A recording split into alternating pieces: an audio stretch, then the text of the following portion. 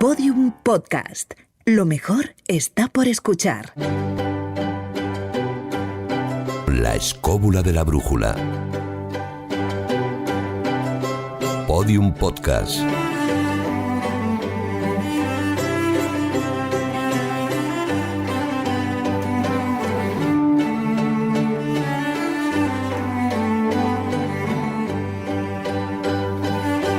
Ronda rápida de preguntas, pido brevedad en las respuestas. ¿En qué época o año aproximado colocáis cada uno de los escobuleros el inicio del periodismo o cuándo tenéis la primera referencia? Carlos Canales, empiezas tú. Pues yo diría que en cualquier momento en Europa, a partir del nacimiento de la imprenta de Gutenberg, de la imprenta moderna, cuando empiezan a publicarse noticias de avisos y alarma y cuestiones que ya, afectar. La respuesta ya está quedando larga, Carlos. Luego seguimos. David Sentinella, ¿qué referencia tienes tú?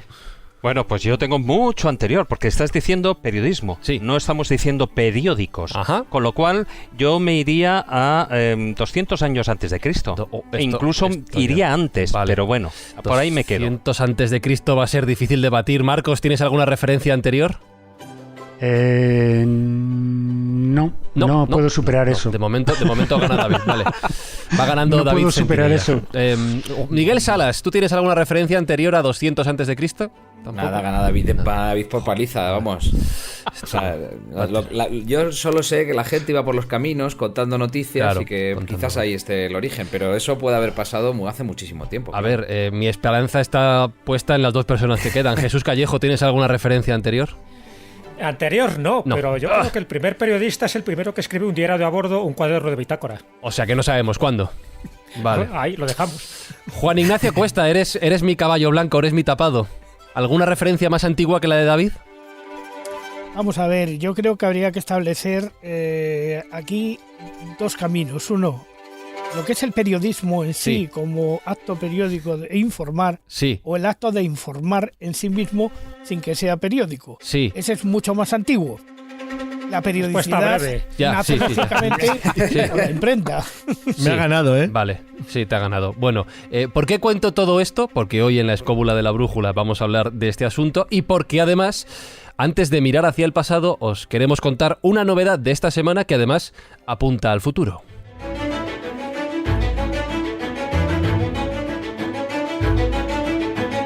Y es que a partir de ya de esta semana, de este mismo programa, tenéis el programa siguiente, la siguiente edición de la escóbula de la brújula con una semana de antelación disponible en Audible. ¿Qué es Audible? Es una plataforma de audiolibros, audioshows y podcasts a las que os podéis suscribir ya si queréis. Y la escóbula de la brújula va a tener cada programa con una semana de antelación allí. Es decir, estás escuchando el programa 350 sobre protoperiodismo y literatura de cordel, y si quieres más y no puedes aguantar sin escóbula, puedes escuchar ya el 351 en Audible. ¿De qué va el 351? No os lo voy a contar porque entonces me cargo el juego de adivinar y le quitamos la emoción. Pero ya sabéis que desde este momento tenéis la escóbula con una semana de antelación disponible en Audible. Cuando la aventura y la cultura se hacen podcast. La escóbula de la brújula en Podium Podcast.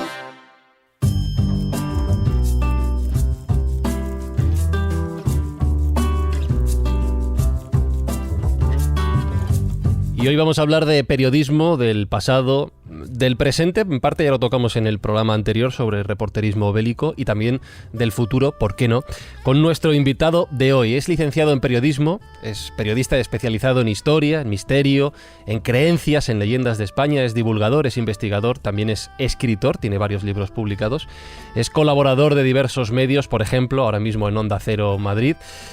Y esto es una cosa que lo diga yo aquí tiene delito, pero es que es tremendamente joven, es increíblemente joven, es Álvaro Anula Pulido. Álvaro, ¿cómo estás? Y bienvenido a la escóbula de la brújula.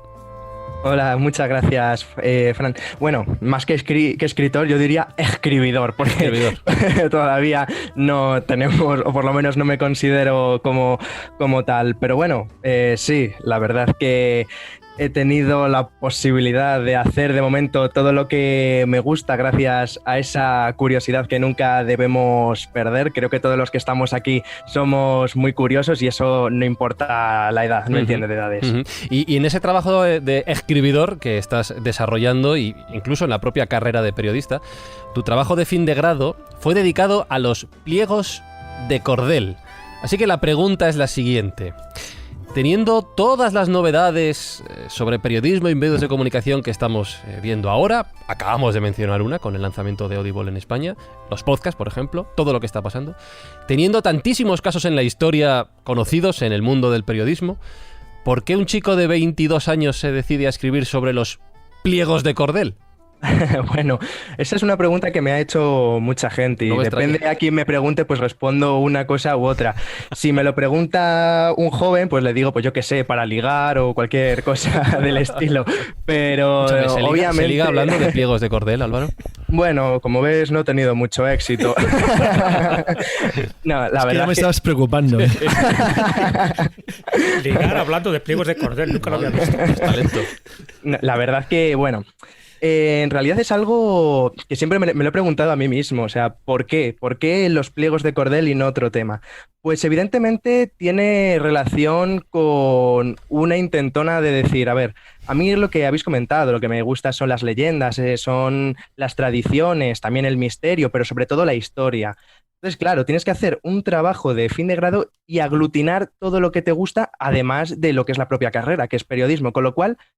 ¿cuáles son todos los ingredientes que pueden unirse o que pueden estar juntos dentro de una obra? Pues sin duda son esos romances de ciego, esos pliegos de cordel o lo que es lo mismo, esa literatura de cordel, que a fin de cuentas son obras populares como pueden ser las comedias, como pueden ser las novelas cortas, como pueden ser las sátiras. Hay sátiras de todo tipo y que si queréis luego comentamos alguna.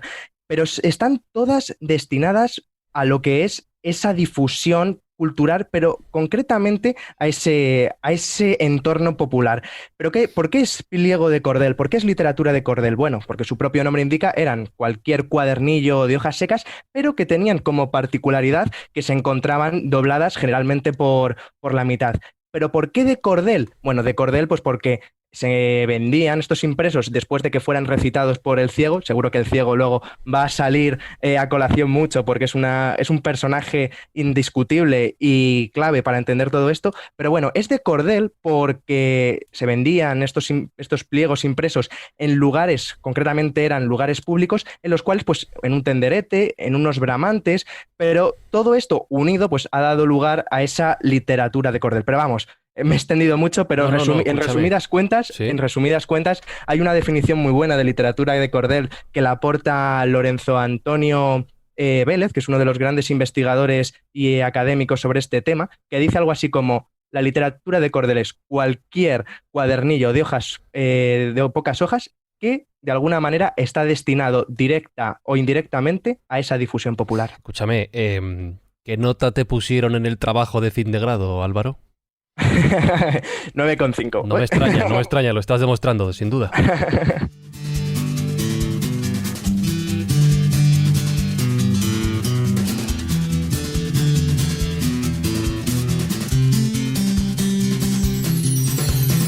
Pero antes de abordar la literatura de cordel y estas obras a las que Álvaro nos ha hecho referencia, si queréis vamos a remontarnos más atrás en el tiempo para dar un poquito de historia, de contexto y mencionar algunos ejemplos de protoperiodismo que nos llevan después a hablar de ese género, de esa literatura de cordel.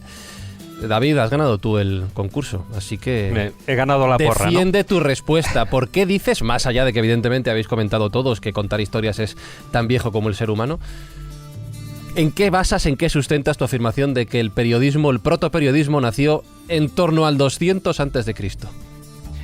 Está claro que una de las funciones principales del periodista es informar de sucesos, informar de hechos. Y esto, de hecho, por ejemplo, ya en el año 131 a.C.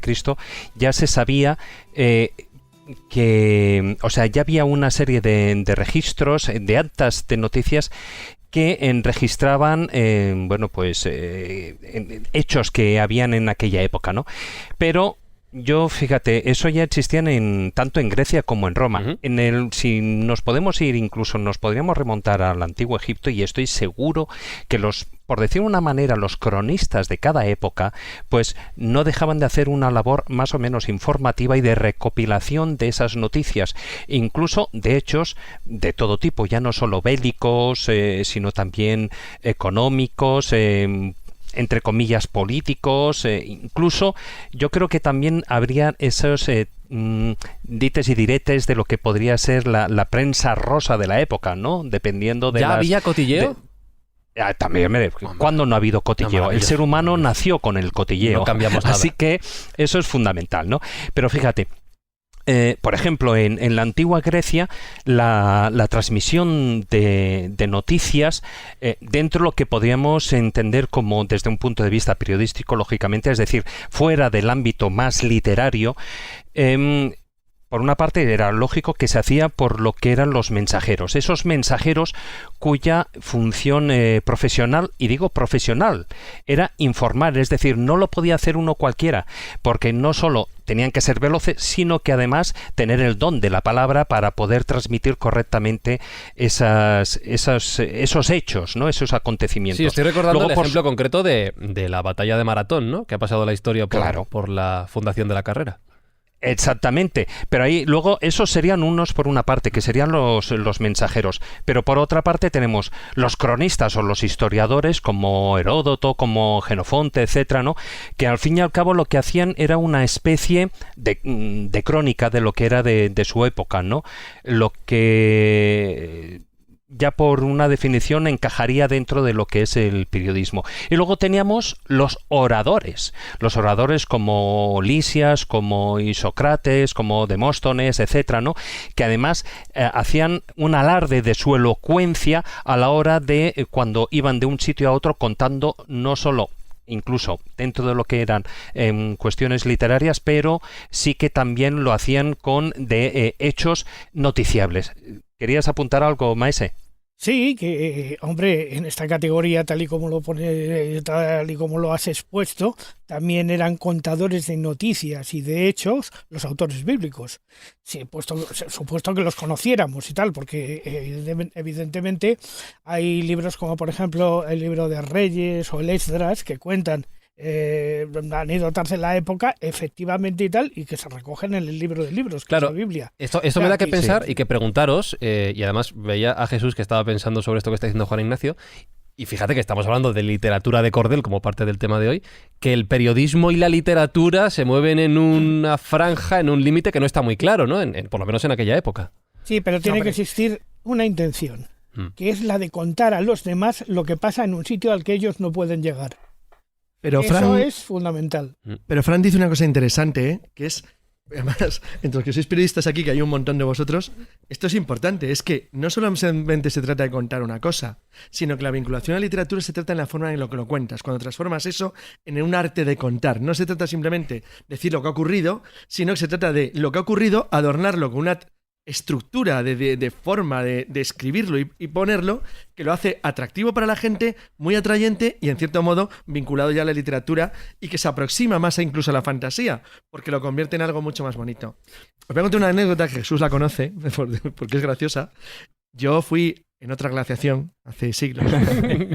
Fui secretario general del Boletín Oficial del Estado. Sí. Efectivamente. Yo en mi despacho tenía un enorme cuadro que era ni más ni menos que una versión facsímil del número 1 de la Gaceta de Madrid, que es de 1660. Entonces voy a leer simplemente, porque lo tengo aquí, voy a leer lo que pone porque es muy divertido y es muy curioso. Dice: relación o gaceta de algunos casos particulares, políticos como militares, sucedidos en la mayor parte del mundo hasta el fin de diciembre de 1660.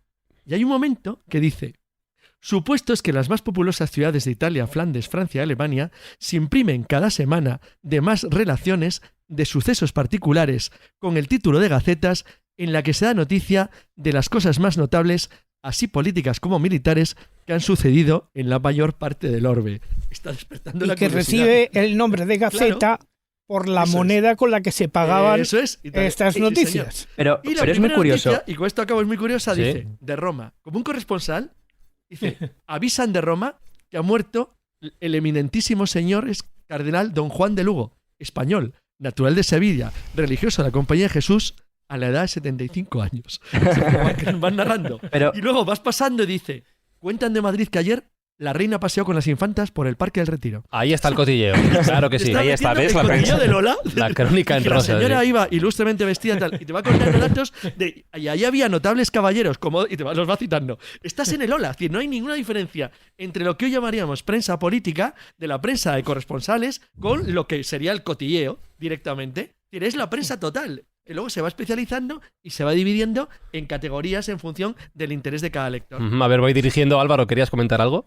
Sí, además que es muy curioso porque esa Gaceta de Madrid hasta el número 49 concretamente se llamaba El Correo de los Ciegos. Es decir, se llamaba El Correo de los Ciegos por eso, ¿no? Porque posiblemente, y aquí ya vemos que uno de los grandes antecesores de ese periodismo, concretamente de la prensa de sucesos, era ese ciego ambulante. Pero antes David ha comentado una cosa que la verdad que viene muy, muy a pelo, porque efectivamente, por un lado estaban los cronistas y por otro lado estaban esos oradores. Y en la propia antigua Grecia ya se veía. Pero yo le añado otro elemento más, que es ese atractivo. ¿Y cómo podías conseguir el atractivo en esta época? A través de la música. A través de la música, por ejemplo, en la antigua Grecia encontramos a los aedos, encontramos a los rapsodas. Incluso hay una leyenda que cuenta que el propio Homero era invidente y que también iba de pueblo en pueblo cantando y transmitiendo todas esas epopeyas, porque en la antigua Grecia hay que hablar de las epopeyas. Pero vemos que todo esto... Claro, pero a ver, es que las noticias ya venían dentro incluso de las propias tragedias. Claro. O sea, es algo que además luego lo vamos a encontrar con su propia evolución histórica, porque de estos antiguos invidentes que podíamos encontrar en la antigua Grecia, luego en la Edad Media encontraremos a los juglares o también encontraremos a esos trovadores. Pero, por ejemplo, en el Islam, aquí en la península ibérica, uno de los primeros, podemos decir, actividades poéticas como eran las muaxajas en el Islam, en el propio Al-Ándalus, era un ciego el que las transmitía, era el ciego de Cabra, de esta localidad de Córdoba. Con lo cual vemos que todo esto, pues obviamente hay que distinguir entre cronistas, entre oradores, pero con ese atractivo musical. ¿Por qué? Porque a través de esa música, el ciego o el orador de turno hacía atractivo no solo un mensaje, sino que también lo hacía comprensible. Hay que tener en cuenta que, por ejemplo, en el siglo XIX, hasta pues prácticamente ayer, el 71% de la población era analfabeta. Entonces, creas que no, que con esa música, con ese elemento tan pequeño, porque a ver, esta gente no hacía un concierto como los Rolling Stones en los 80, o sea, realmente iban con su instrumento de cuerda, con su instrumento de viento, pero a través de él cambiaban el mundo, es decir, cambiaban el mundo que les rodeaba, ya que les rompía ese aislamiento cultural, tenían un gran carácter pedagógico e incluso mucha gente aprendía a leer y a escribir a través de esta literatura de cordel. De todas formas, a ver, hemos estado hablando de literatura, cuando yo lo que estaba diciendo, y al principio y sobre todo en lo que era la antigüedad, eran hechos noticiables. De hecho, Chesterton, que además a Miguel sé que le encanta, ¿no? Él ya decía que el periodismo consiste esencialmente en decir, es decir, en contar. Entonces, sí es cierto que es muy común decir que el periodismo y tal empezó con Gutenberg, ¿no? Y ese sistema que dio origen a la tipografía moderna a mediados del siglo XV, con el primer periódico, supuestamente ya de aquella época, ¿no? Que era el Mercurius Gallo Belgicus. Pero, fijaos, tiempo atrás, ya yo antes estaba hablando de Grecia, pero es que en Roma, por ejemplo, ya se estaban publicando los Annales Pontificarum Romanos. En ellos lo que hacían, y era algo parecido a lo que estaba comentando Carlos, ¿no? Lo que ellos hacían era registrar todos los acontecimientos importantes que habían ocurrido en Roma a lo largo de todo el año. Entonces, era una recopilación que se realizaba en una especie de pizarra que se subdividía a modo de calendario, que se llamaba el Tábula de Aldaba, me parece que era, y que incluso el propio Julio César ya había desempeñado ese papel de apuntar las cosas cuando él tenía el cargo en el año 63 a.C. Y fíjate, él que había notado todos esos hechos noticiables, todos aquellos acontecimientos en esa tabla, él mismo era consciente de que la historia de Roma era mucho más que todo lo que había hecho allí, que estaba escrito allí a lo largo del año. Con lo cual, él consideraba que había que registrarlo todo. Y fue entonces cuando realmente se creó el primer periódico de la historia. En el año 59 a.C., él es elegido como cónsul de la República y él ordena lo que es la publicación del Acta Diurna, ese archivo en el que, aparte de venir todo lo que eran los comentarios del Senado, esa memoria de lo que se debatía en el Senado y que no, de una manera u otra no se recogía de una manera diaria, sí, ¿no? Fehaciente.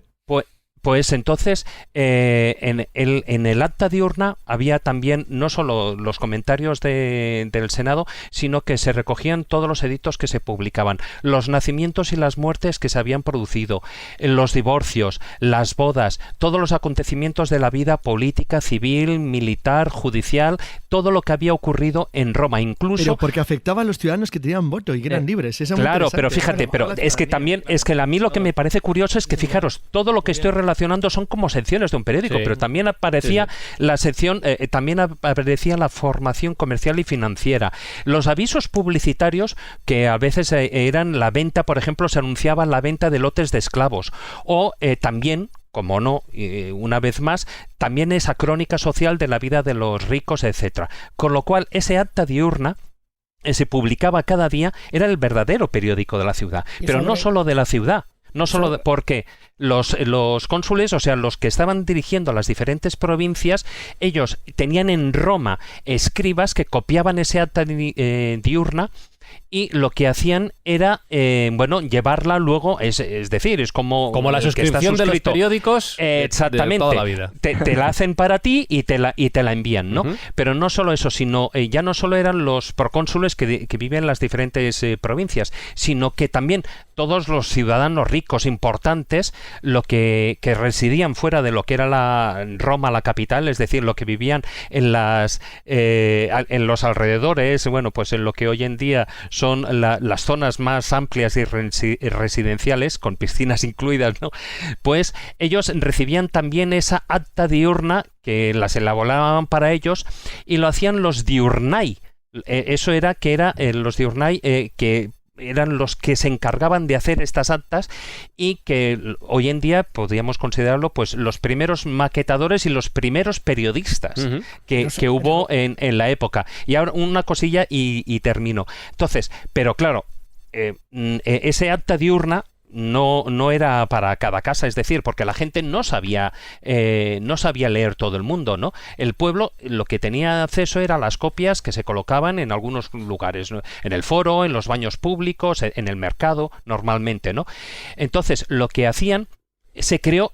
Antes yo estaba hablando de ese diurnai, ¿vale? Pues con el diurni o diurnai, también, como he dicho, como la gente no sabía leer, había una manera de subsanar ese problema. Y se creó la segunda profesión, por decirlo de una manera, que es lo que nosotros estamos haciendo, que era el praeco. El praeco, que era el primer locutor de la historia, como quien dice, es decir, era el que en esos foros se ponía sobre un estrado y lo que hacía era leer en voz alta y con una dicción, etcétera, etcétera. Además tenía que proyectar, en aquella época evidentemente no existían los micros, con lo cual tenía que saber proyectar la voz para leer todos estos actas diurnas a la plaza para que todo el mundo lo escuchara. Pues mira, me viene muy bien esto. Todo, ¿Sí, Juan Ignacio? Sí, pero sobre todo una cosa que no se nos olvide. Esto Julio César lo utiliza también como forma de promoción personal. No sé si os suena de algo en comparación con nuestro tiempo.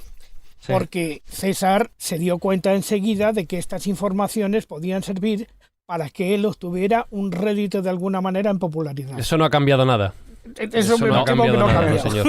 No decía... A ver, es que él también era el que decía lo que habían que escribir. Claro, sí, con lo cual los diurnai esos, pues hombre, escribían con un color determinado. Sí, señor, eso es exactamente igual que ahora. Pero mira, voy a dar un salto adelante en el tiempo, ¿vale? Quería hacer esta pequeña introducción, este contexto, para que viéramos que esto no ha cambiado en la historia, simplemente ha evolucionado y hemos fichado... ¿Cómo decías que se llamaban los locutores? Praeco, ¿no?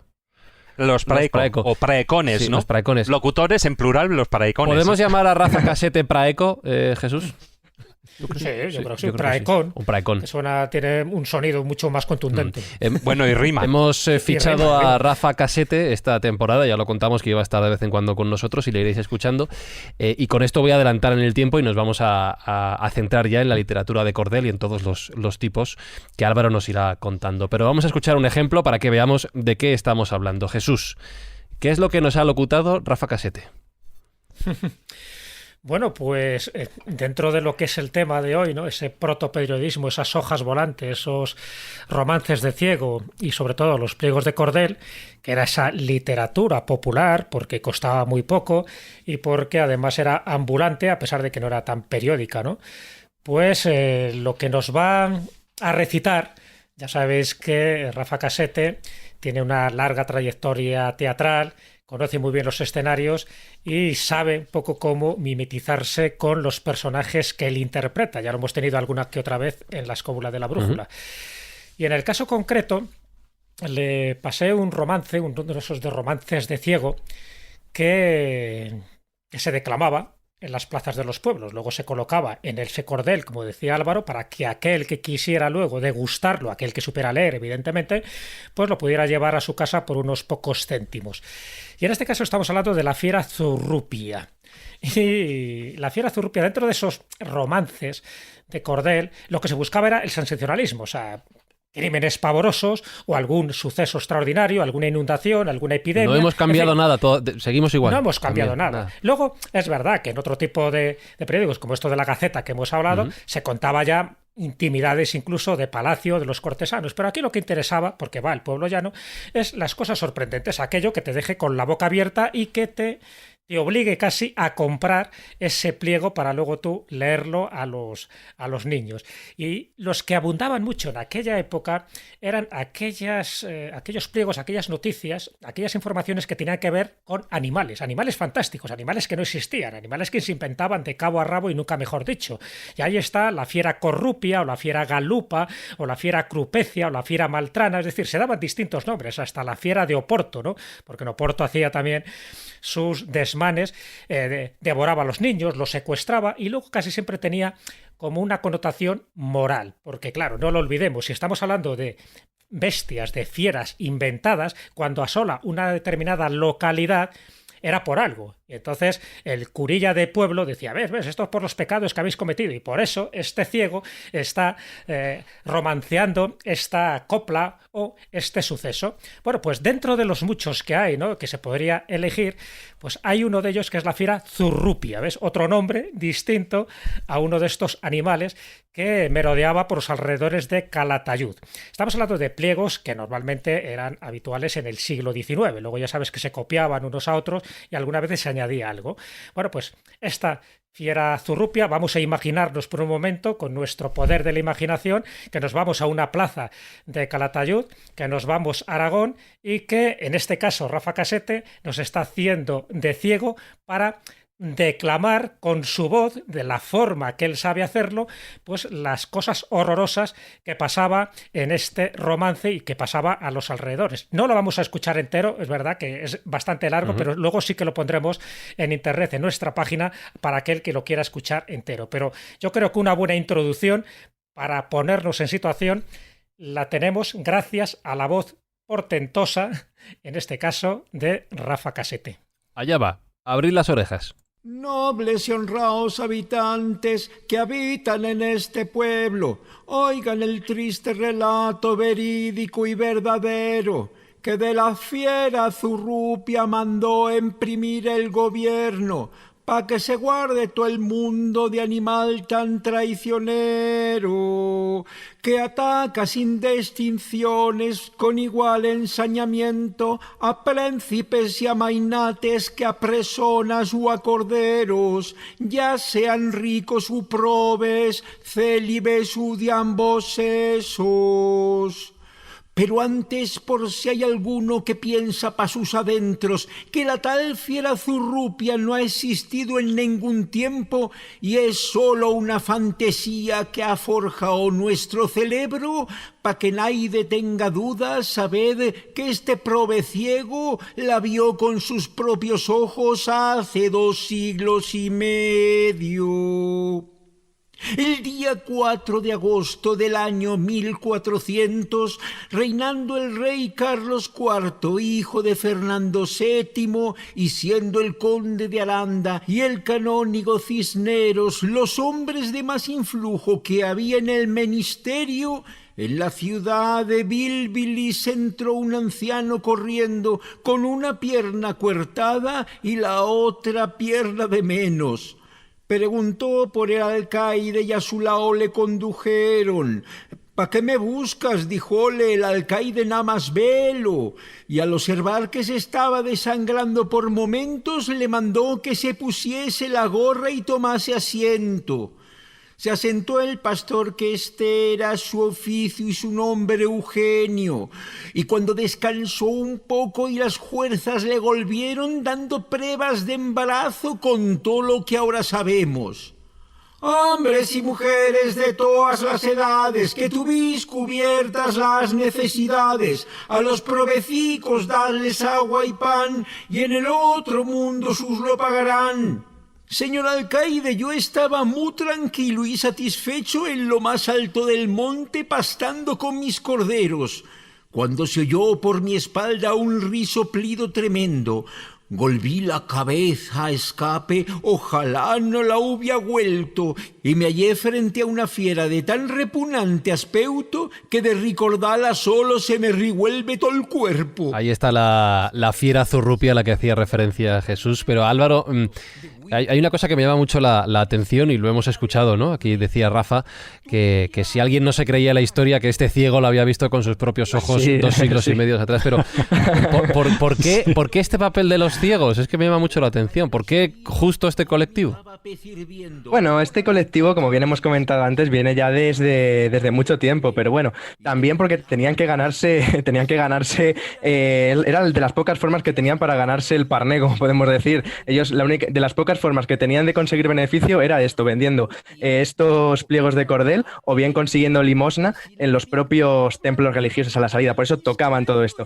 Más que me ha parecido muy curioso todo esto, porque efectivamente uno de los, podemos decir, de las criaturas que más podemos encontrar dentro de los pliegos de cordel o de los romances de ciego aquí en España es esa fiera corrupia, esa fiera cuprecia, o como la llaman en Navarra, la fiera ascurrupiasia. O sea, por ejemplo, yo tengo un caso muy parecido. Déjame que recuerde, Álvaro, que se me ha olvidado, lo ha apuntado Jesús, que si queréis saber cómo continúa la historia, que sigue aquí, o sea... Hizo con las uñas un que Rafa sigue contando aquí, ¿vale? La historia. Si queréis saber cómo termina, luego escucharemos un poco más, lo tenéis en facebook.com/la escóbula de la brújula, en Twitter @escobuleros y en youtube.com/la escóbula de la brújula. Perdona, Álvaro.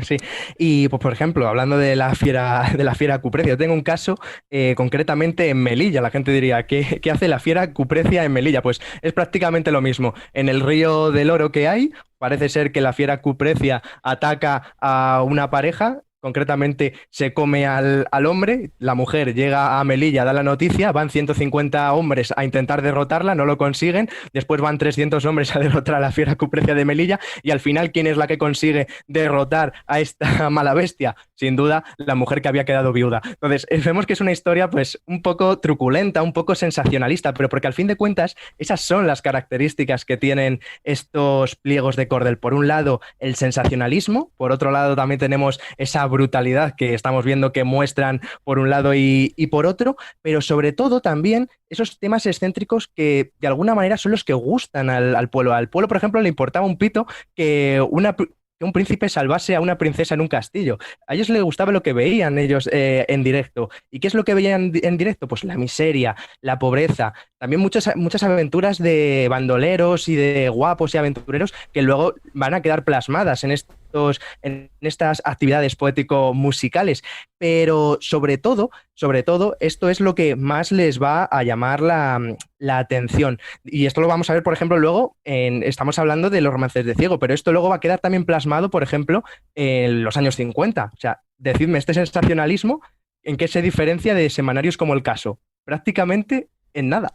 prácticamente. Sí, que precisamente, si me permitís un segundo, Álvaro, me ha encantado lo que has dicho, porque encadena un poco con eso que decías del caso, porque a lo que es el público que tú has apuntado antes, que era fundamentalmente analfabeto, lo que más le gustaba de los romances de Ciego, esas historias moralizantes, esos sucesos escabrosos, esos robos y crímenes, y había un detalle que, bueno, pues claro, a la gente esa sensación de que a otro le iba a ir peor en la vida que a él era bastante gratificante, y que incluso la administración de justicia hacía y actuaba de guionista, es decir, que suministraba guiones de sucesos reales para que, bueno, pues siempre para hacer sentir a la población de que el malhechor era siempre el que podía y el que perdía y era castigado. Es decir, ¿y cuándo podemos decir que esta costumbre de los invidentes, de los ciegos, va desapareciendo? Pues precisamente, como tú has comentado, pues al final de los años 50, pues incluso un poco antes, en la posguerra. Estamos hablando de cuando, precisamente con la creación en 1939 de la Organización de Ciegos Española, de la ONCE, bastantes invidentes se incorporaron a la venta de cupones, con lo cual esa forma de ganarse la vida fue desapareciendo. Fijaos qué detalle, está vinculado con ese proceso. Y claro, ahí también están estas cuestiones de esas octavillas, de esos plieguecitos llamadas las aleluyas, que fue en Madrid, en la calle Tabernillas, donde se editaron e imprimieron las últimas aleluyas, que también se repartían en el Domingo de Ramos y tenían ese mismo carácter, es decir, informativo pero a la vez didáctico. Oye, mira, estoy pensando un detallito, solo apuntar una cosa que ha dicho Marcos. Hablas de la creación de la ONCE y de los medios de comunicación. Onda Cero, donde colabora Álvaro, no sé si fue propiedad o estuvo muy ligado a la propia ONCE, no como, evidentemente, no, pero mira, es una continuación de la historia. Estuvo en el accionariado. Sí, perdona, Jesús, que te he cortado. No, comentaba que las aleluyas es verdad que es como una variante de estos pliegos de cordel, pero en general estaba más relacionado con los temas religiosos, más bien con la aparición de la Virgen, con alguna reliquia, con algún milagro, pero bueno, todo estaba relacionado. Es cierto, ¿no?, que evidentemente cuando ya los invidentes pues ya tienen otra forma, ¿no?, de abastecerse económicamente, ya no necesitan ir de pueblo en pueblo recitando estos romances. Vicente Risco, ya sabéis que es un escritor, era un escritor gallego, que además uno de los mejores recopiladores de esta clase de cordeles. Él recordaba en su infancia que había visto en la Plaza Mayor de Orense, en los días de feria y mercado sobre todo, que es cuando iban estos ciegos, pues cantando coplas de crímenes y prodigios. Y él escribe en uno de sus libros, ya te digo, porque para mí Vicente Risco, igual que Julio Caro Baroja, igual que Joaquín Díaz, pues son referentes obligados para entender los orígenes de esta literatura de cordel. Y decía Vicente Risco, dice, la contemplación de los carteles de crímenes con su abundante sangre, porque claro, metían ahí el color rojo por todos los sitios para que la gente lo viera, no sabían leer, eran analfabetos, tenía que entrar el mensaje por los ojos. Entonces decía, la contemplación de estos carteles de crímenes con su abundante sangre me llenaba de terror, sobre todo cuando los asesinos entraban en la casa y apuñalaban a sus víctimas en la cama. Por la noche daba miedo quedarse dormido.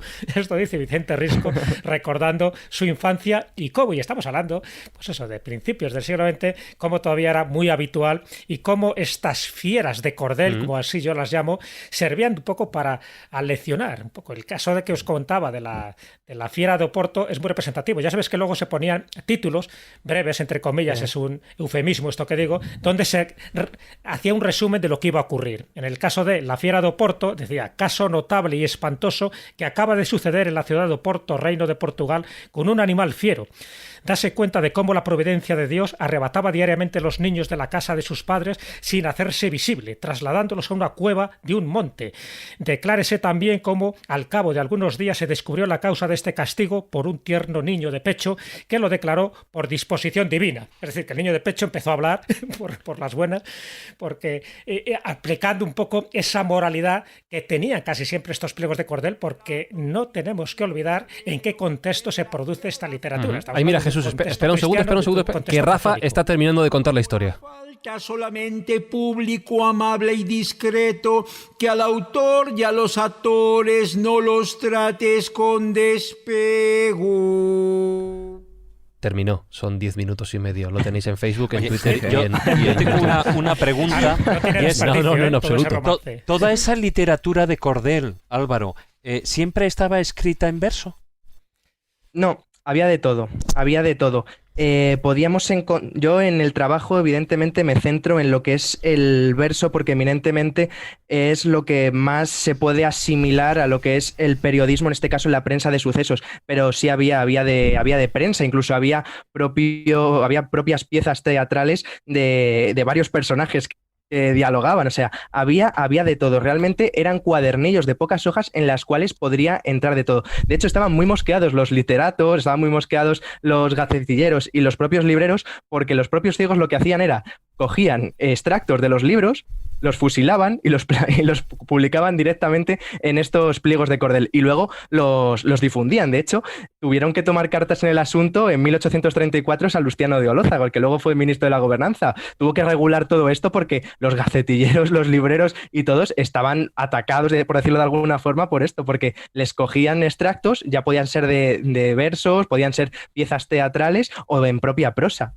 Bueno, es que hay un asunto interesante a este respecto, y es que, por ejemplo, lo que es todo el teatro del barroco español, con todos sus vicios y con todas sus virtudes y todas sus tendencias, sobrevive mucho en los folletos, ¿verdad?, de los pliegos de cordel, cuando el teatro neoclásico se impone de alguna manera y pretende, pues con el teatro, educar, ¿no? Y cambian los términos de lo que es la literatura ortodoxa, la literatura al uso en ese momento, toda esa gran literatura del siglo de oro, de capa y espada, de luchas por la honra, de líos amorosos, sobrevive en los pliegos de cordel, ¿no? Entonces ese tipo de literatura se convierte en algo popular y subterráneo porque la oficialidad ya no la valora, ¿no? Sí.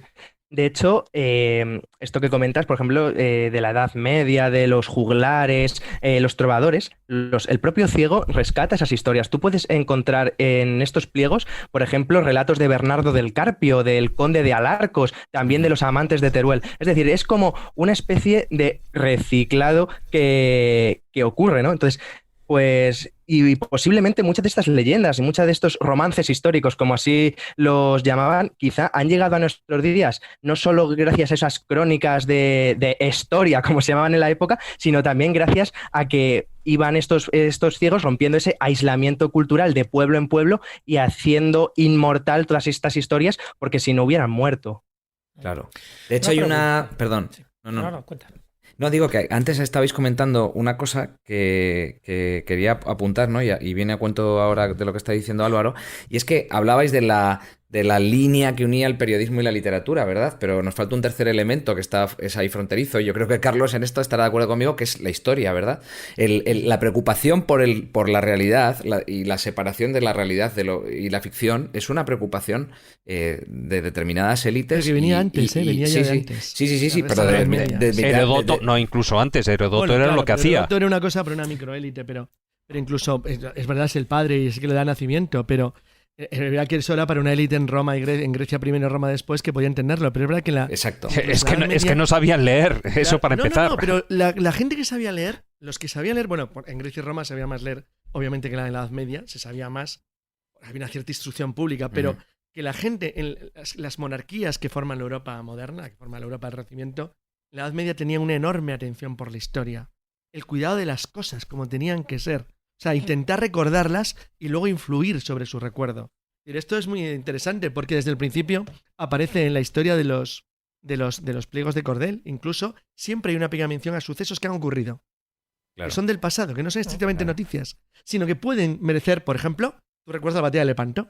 Dentro de ¿por qué? Porque se lo recuerdas a gente que la ha vivido, que son mayores o que suena o resuena en el ambiente. Entonces, es igual que hacían los Carmina Majorum en el, no sé, por ejemplo, en la Edad Media, cuando hacían los cantos godos, los cantos antepasados, o glorificabas el pasado de tu estirpe, de tu familia, de tu reino, de tu pueblo, pues algo parecido.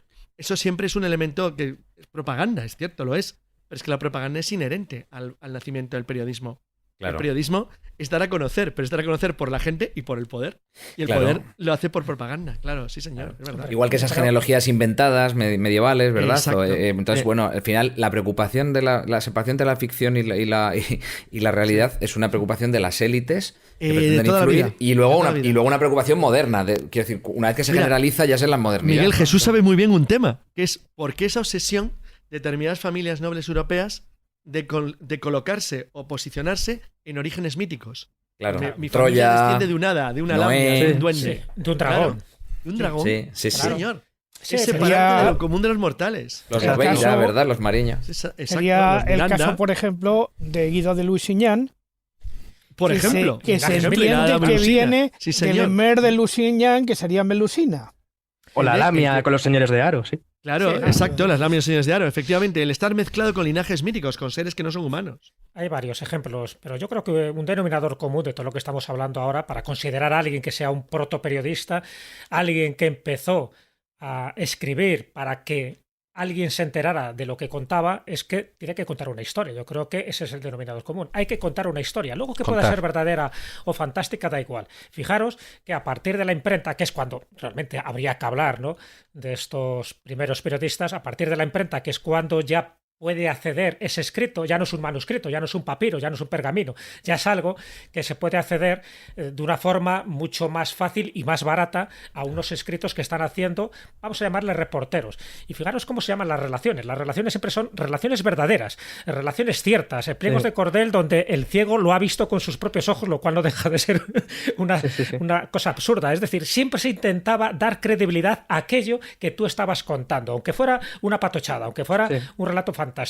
Y esta es una pregunta que va para Álvaro. Ya sabéis que luego los distintos nombres, pliegos de cordel o romances de ciego, es uno de los nombres que se recibe pues, a partir del siglo XV y XVI, pero también se hablaba de relaciones, de gacetas, de avisos, de misceláneas, de folletos, de hojas volantes, etcétera, etcétera, etcétera. Pero para ti, Álvaro, ya que todos nos relaciona el mundo del misterio, ¿cuál sería el primer referente periodístico o escrito o gráfico que cuenta una historia de misterio? Bueno, de los que me he podido topar, de los que pues, a ver, es complicado de explicar porque también es como muy, muy amplio y en ese sentido puedo contar de los que me he encontrado yo. De los que me he encontrado yo, por ejemplo, de los más antiguos, mediados del siglo XV, no era español porque a lo que es la península ibérica, todos estos romances llegan sobre todo a principios del siglo XVI, porque además se encuentran ahí como con una especie de restricciones con la Iglesia, pero sin duda es uno de esos monstruos de los que hemos estado hablando antes, el monstruo de Jerusalén. No sé si habéis oído hablar de él, que prácticamente es algo similar, pero vamos, que ni el propio Saladino. O sea, es algo bastante llamativo.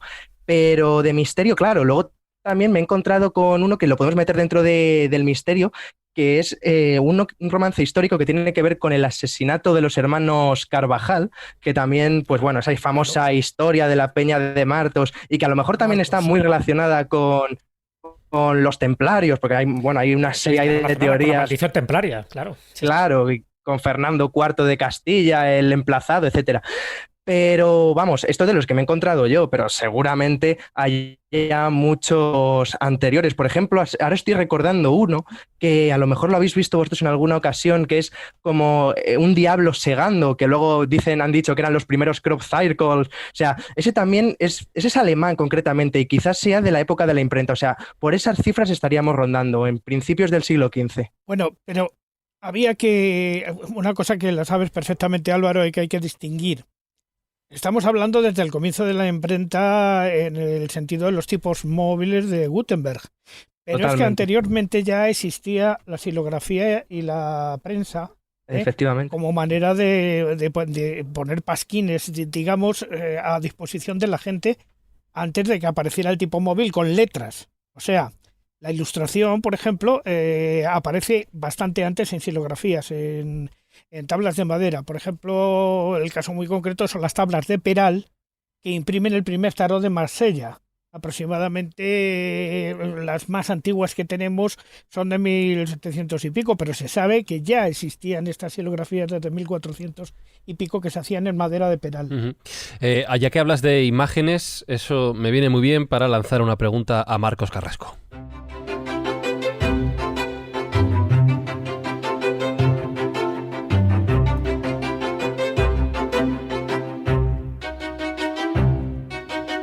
Estamos hablando de escritores, de relatores, de palabra.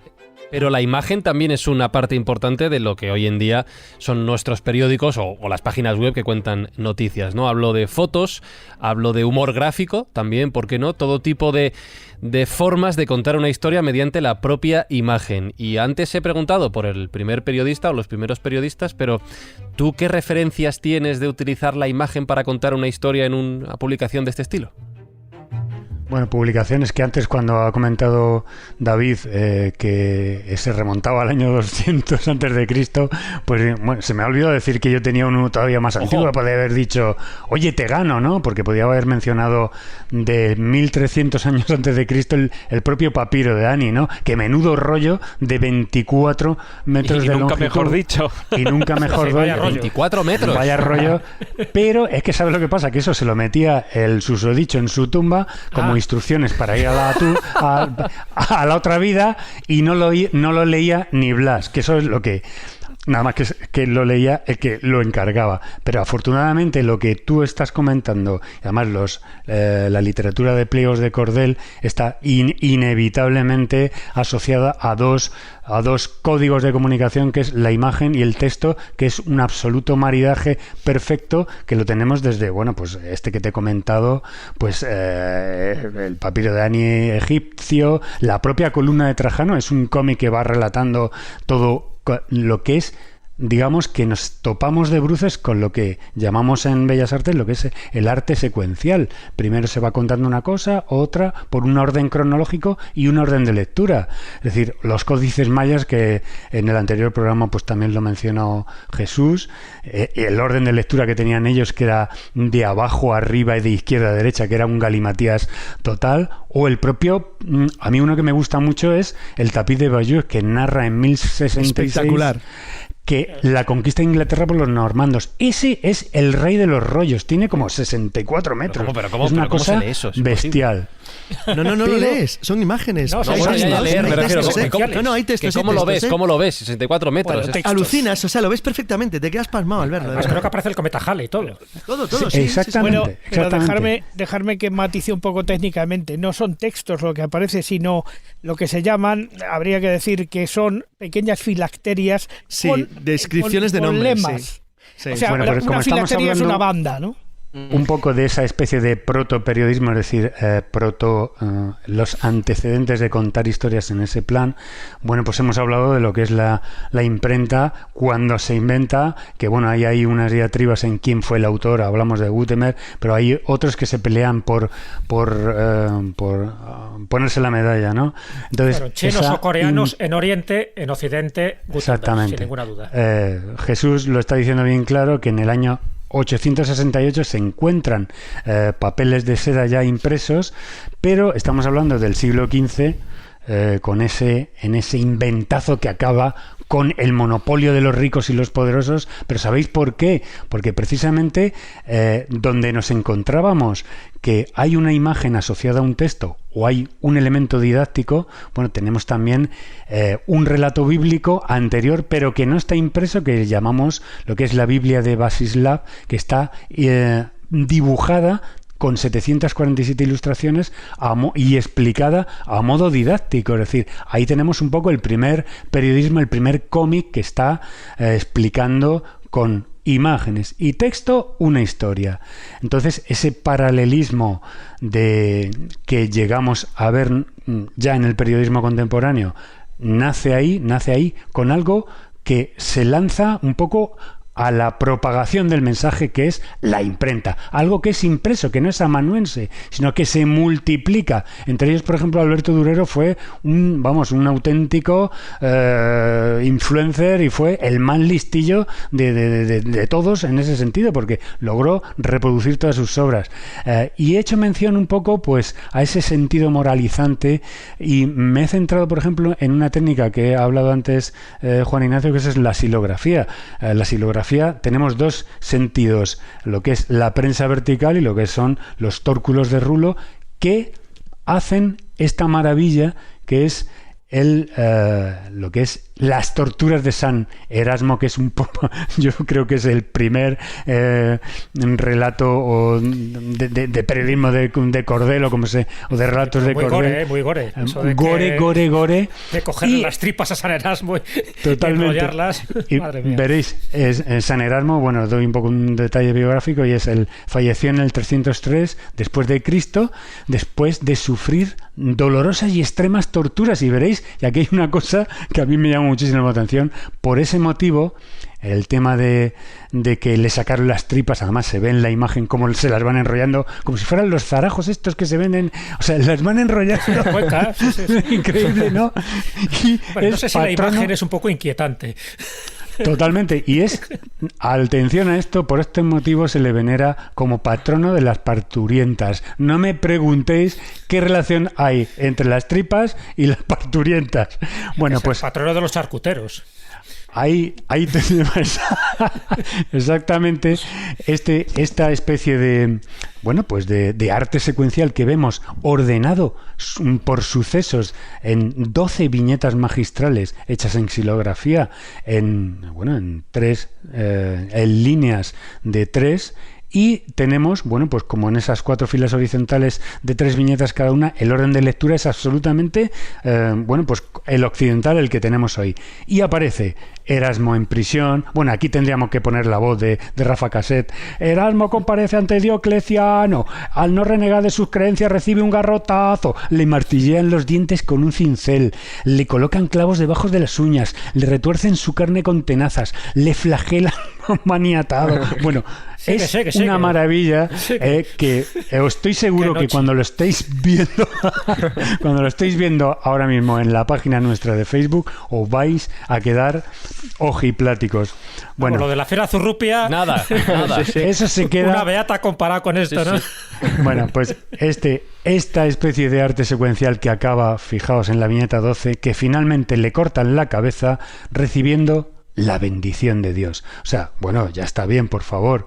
Y he hecho un análisis en este sentido que me parece muy de comiqueo, es que se desarrolla de una forma muda con una ausencia de fondo. Es decir, hay un personaje reconocible en todas las viñetas con su mitra que aparece y tiene un impacto visual tremendo, una claridad narrativa estupenda, un sentido didáctico espectacular, y está impreso en un papel reproducible como si fuera el primer cómic o como si fuera el primer pliego de cordel que yo reconozco que podría ser de la historia, ¿no? Podríamos que desde ese momento hasta lo que luego nos encontramos con Rudolf Topfer, que es Topfer, que es el suizo, que hace esta invención de ponerle pies de texto encerrados en un cuadradito y sucediéndose cronológicamente, podemos hacer un paso intermedio, que es uno que ya mencionamos en cierta ocasión, que es Hogarth, que es un paso intermedio, que son pinturas que tienen un arte secuencial, y los títulos tan alucinantes como Los progresos de una ramera o Los progresos de un libertino, la verdad es que luego se imprimieron en grabados y el tío tuvo que hacer de copyright porque se los pirateaban y se los copiaban en toda Europa, y ahí es donde nació un poco esa especie de preocupación que tenemos los ilustradores, artistas gráficos, que no nos pirateen las cosas y no se vayan por los cerros de Úbeda, ¿no? Rudolf Topfer es como ya he comentado antes, es el primer artista que hace todavía, fijaos, no hay ni globos, ni diálogos, ni onomatopeyas, ni indicaciones escritas de dónde sucede las historias. Y está considerado como en 1800, fijaos el paralelismo que hay con los pliegos de cordel, que estamos hablando de mediados del siglo XIX. Este hombre trabaja en 1830 todos estos temas y ya se publican en periódicos. De ahí a el siguiente paso, que es The Yellow Kid, no sé si conocéis este cómic, que es en 1895, que prácticamente es una serie de ilustraciones que hablan un poco pues de lo que ataca el consumismo, el tema de la mala vida en las calles. De ahí ya sí que aparecen lo que son los bocadillos, aparecen los textos a pie de cada viñeta, aparecen las onomatopeyas y todo ese lenguaje que hoy desemboca en, digamos, ese arte que es híbrido entre lo que es la literatura y la imagen. La literatura de cordel, las aleluyas, los text comics, que era lo que hacía Rudolf Torfer, los relatos ilustrados y más tarde los cómics, yo creo que prueban un perfecto maridaje en, bueno, pues esta especie de arma para la difusión de las ideas que, bueno, pues nos ha dejado pues con unos instrumentos absolutamente boquiabiertos a lo largo de la historia. Para ti, Marcos, los romances de ciego, esos pergaminos, ¿no?, que extendían allí en un trípode contando paso por paso la secuencia de un suceso tenebroso, sería el antecedente al cómic. Perfectamente, o sea, perfectamente. Y además Álvaro y David lo ha comentado antes, que precisamente debido a ese analfabetismo tan tremendo, el ciego con su lazarillo y señalando con la varita conducía la mirada de... Bueno, yo he visto fotografías, son alucinantes, fotografías de posguerra, todo el mundo ahí con sus alpargatas, totalmente boquiabierto, con ese ciego marcando con la varilla y con su lazarillo, de la mano del lazarillo, conduciendo la mirada de esta gente absolutamente analfabeta, y ese es un poco ese protoperiodismo y también protocómic. No cabe duda de que el cómic ya lo tenemos mucho más atrás, pero eso, estamos hablando de unas fronteras que muy difusas, muy difusas entre lo que es cómic, lo que le llaman el texto ilustrado, lo que es el propio, ¿cómo le llaman? Las aleluyas, todo este tipo de temas didácticos que combinan mágicamente la imagen y el texto. Yo he visto muchos de estos textos de pliegos de cordel, aleluya, romances de ciego, en Urueña. En Urueña sabéis que hay un museo de tradiciones de Joaquín Díaz, que es otro de los grandes recopiladores de toda esta tradición oral y escrita, y muchos de los que estamos aquí lo hemos visto también, y por suerte, ¿no?, es una persona que guarda toda una memoria de ese pasado, tanto en sus romances cantados, porque él también es cantante, y lo ha recogido en numerosas plataformas, por decirlo así. Entonces sí que me gustaría un poco hacer referencia a Joaquín Díaz, una persona que está viva, porque casi siempre estamos hablando de personas que han muerto por la literatura de cordel, se desarrollaba más en el siglo XVIII, siglo XIX, y que ha hecho, yo creo, que una labor prodigiosa y además impagable para poder rescatar este tipo de poemas que luego él ha puesto voz. Y hemos recogido uno, que creo que Fran lo tiene ahí, aquí está, donde lo hemos pasado muy por encima, pero que es importante reseñarlo. Muchos de estos romances de ciego estaban acompañados con zanfonas, estaban acompañados con instrumentos musicales para subrayar mucho mejor los ripios, los versos que se estaban recitando en ese momento.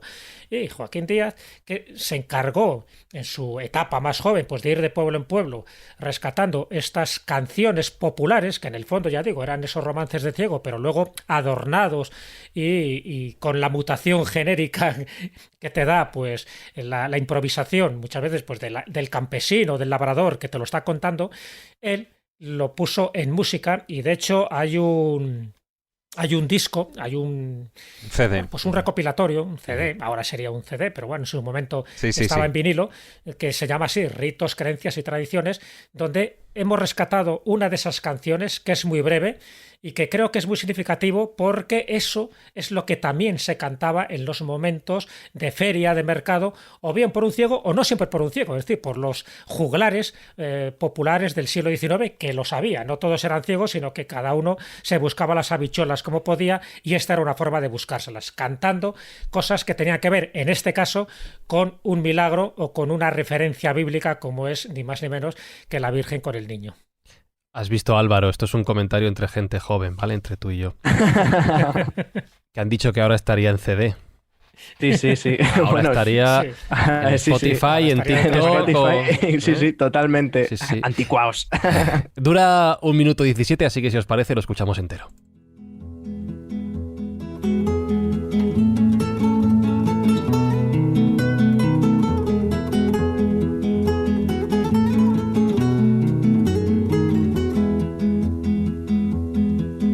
Camina la Virgen pura, camina para Belén, y en el medio del camino pidió al niño de beber.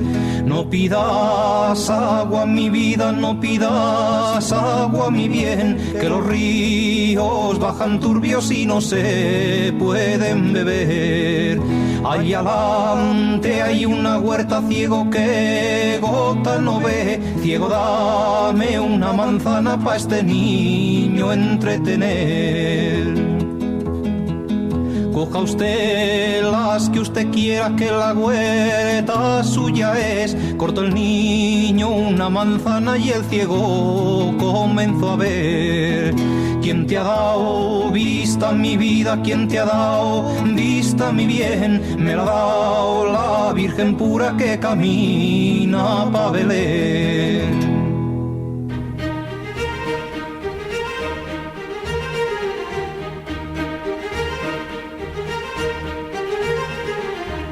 Y hablando de contadores de historias, Álvaro, voy a lanzar una pregunta un poco a pillar, ¿vale? Pero ahora verás por qué te la lanzo. ¿Tú tienes constancia de cuándo podemos hablar del primer corresponsal de la historia? Pues me has pillado. ¿Ves? Que no, si era una pregunta ya he avisado. Lo digo porque Miguel Salas, hablando de lo que íbamos a contar hoy, hola, ¿cómo estás? Y hablando de Jerónimo de Barrio Nuevo, de quien nos vas a hablar, y de sus avisos del Madrid de los Austrias, leyendo su historia me daba la sensación de que, si no es el primer corresponsal de España, que seguramente no lo era, pero sí que podemos asimilar su función a la de estos periodistas que tenemos actualmente. Efectivamente, el señor Jerónimo Barrio Nuevo de Peralta era el corresponsal de un amiguete que tenía en Zaragoza, que era también, clérigo, y le contaba todas las cosillas de la corte, ¿verdad? Un chivato. Efectivamente, un chivatillo. El caso es que es un personaje de estos maravillosos que da el siglo de oro español, ¿verdad? Nace a finales del 16 en Granada, muere en Sigüenza, porque él fue tesorero de la Catedral de Sigüenza los últimos años de su vida.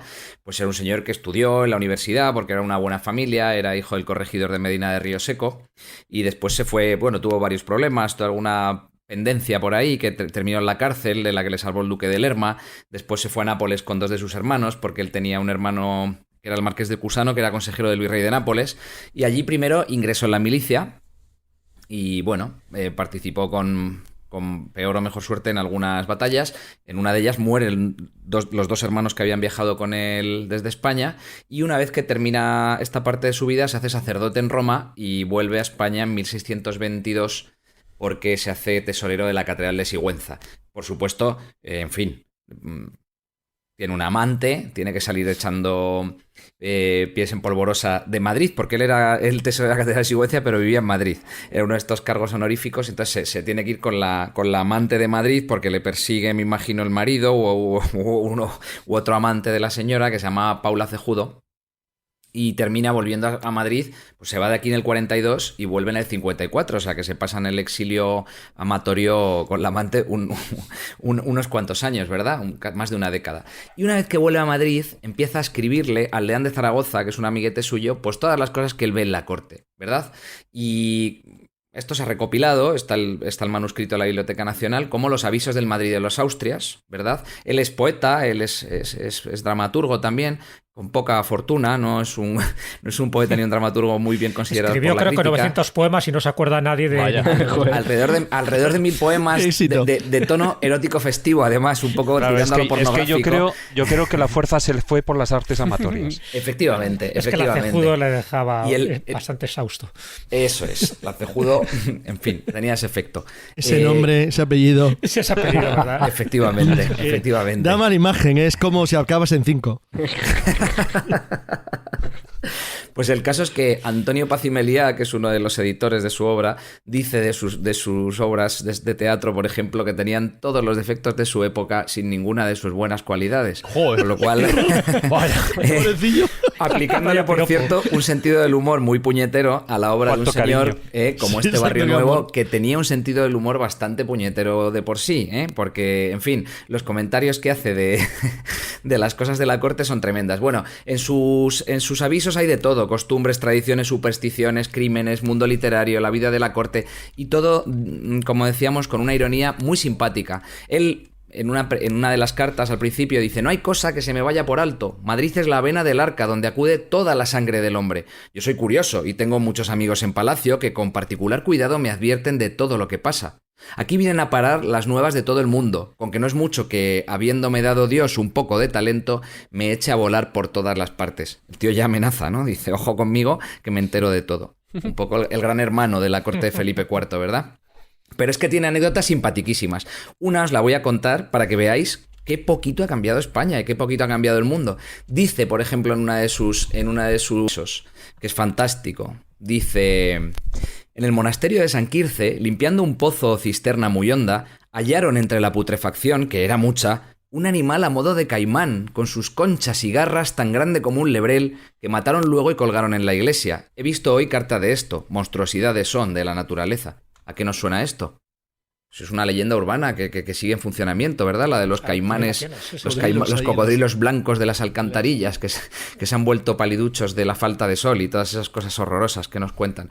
Pero los tenía muchos más fastidiados. Por ejemplo, cuenta de un alcalde endemoniado, de un alcalde de corte que se llamaba don Francisco Guillén de Águila, que en 1655, pues le hacen una especie de exorcismo y expulsan un montón de diablos que tenía dentro. Y cuenta aquí el amigo Jerónimo. Tenía 14.990.850 legiones de demonios. Echado legiones, pero sí, los 14 millones de legiones, echando por la boca extraordinarias señales, que habría que verlo. Hombre, dice, no se ha fastidiado, estaba a reventar. Imagínate, pues comenta. Los tenía todos, ¿eh? Comenta claro, con mucha gracia y mucho escepticismo. Dice: llamábase el general de todos Asroel. Mire vuesa merced cuál sería el bagaje, artillería y tren y lo que cabe en el cuerpo de un alcalde. Aún dicen que estaban holgados y muy a su placer. Comenta al final, ¿no? Diciéndole encima, el tío debía ser como un barril de gordo y decía, había 19 millones de legiones y estaban cómodamente aposentados en él, ¿no? O, por ejemplo, habla de una condesa que murió, pues como dice el refrán, de una gran cena, ¿verdad?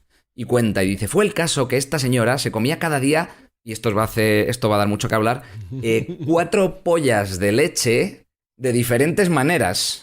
Cenó una en Jigote y una en Pepitoria, comiendo de ella 16 salones, alitas, ¿verdad? Sin los adherentes acostumbrados de conservas y sustancias. Díjole el médico que la asistía que para su edad era mucha cena. Respondióle ella que sin esto no dormiría, e hízolo tan bien que amaneció en el otro mundo volando en los salones de tantas aves como había engullido. Dice el cabrito, ¿no? Dice, o sea, que se lo llevaron volando todas las alitas de pollo que se había comido. O sea, que los comentarios son de una mala sangre y termina diciendo: requiescat impaque, ¿no? O sea, que descanse en paz la señora marquesa.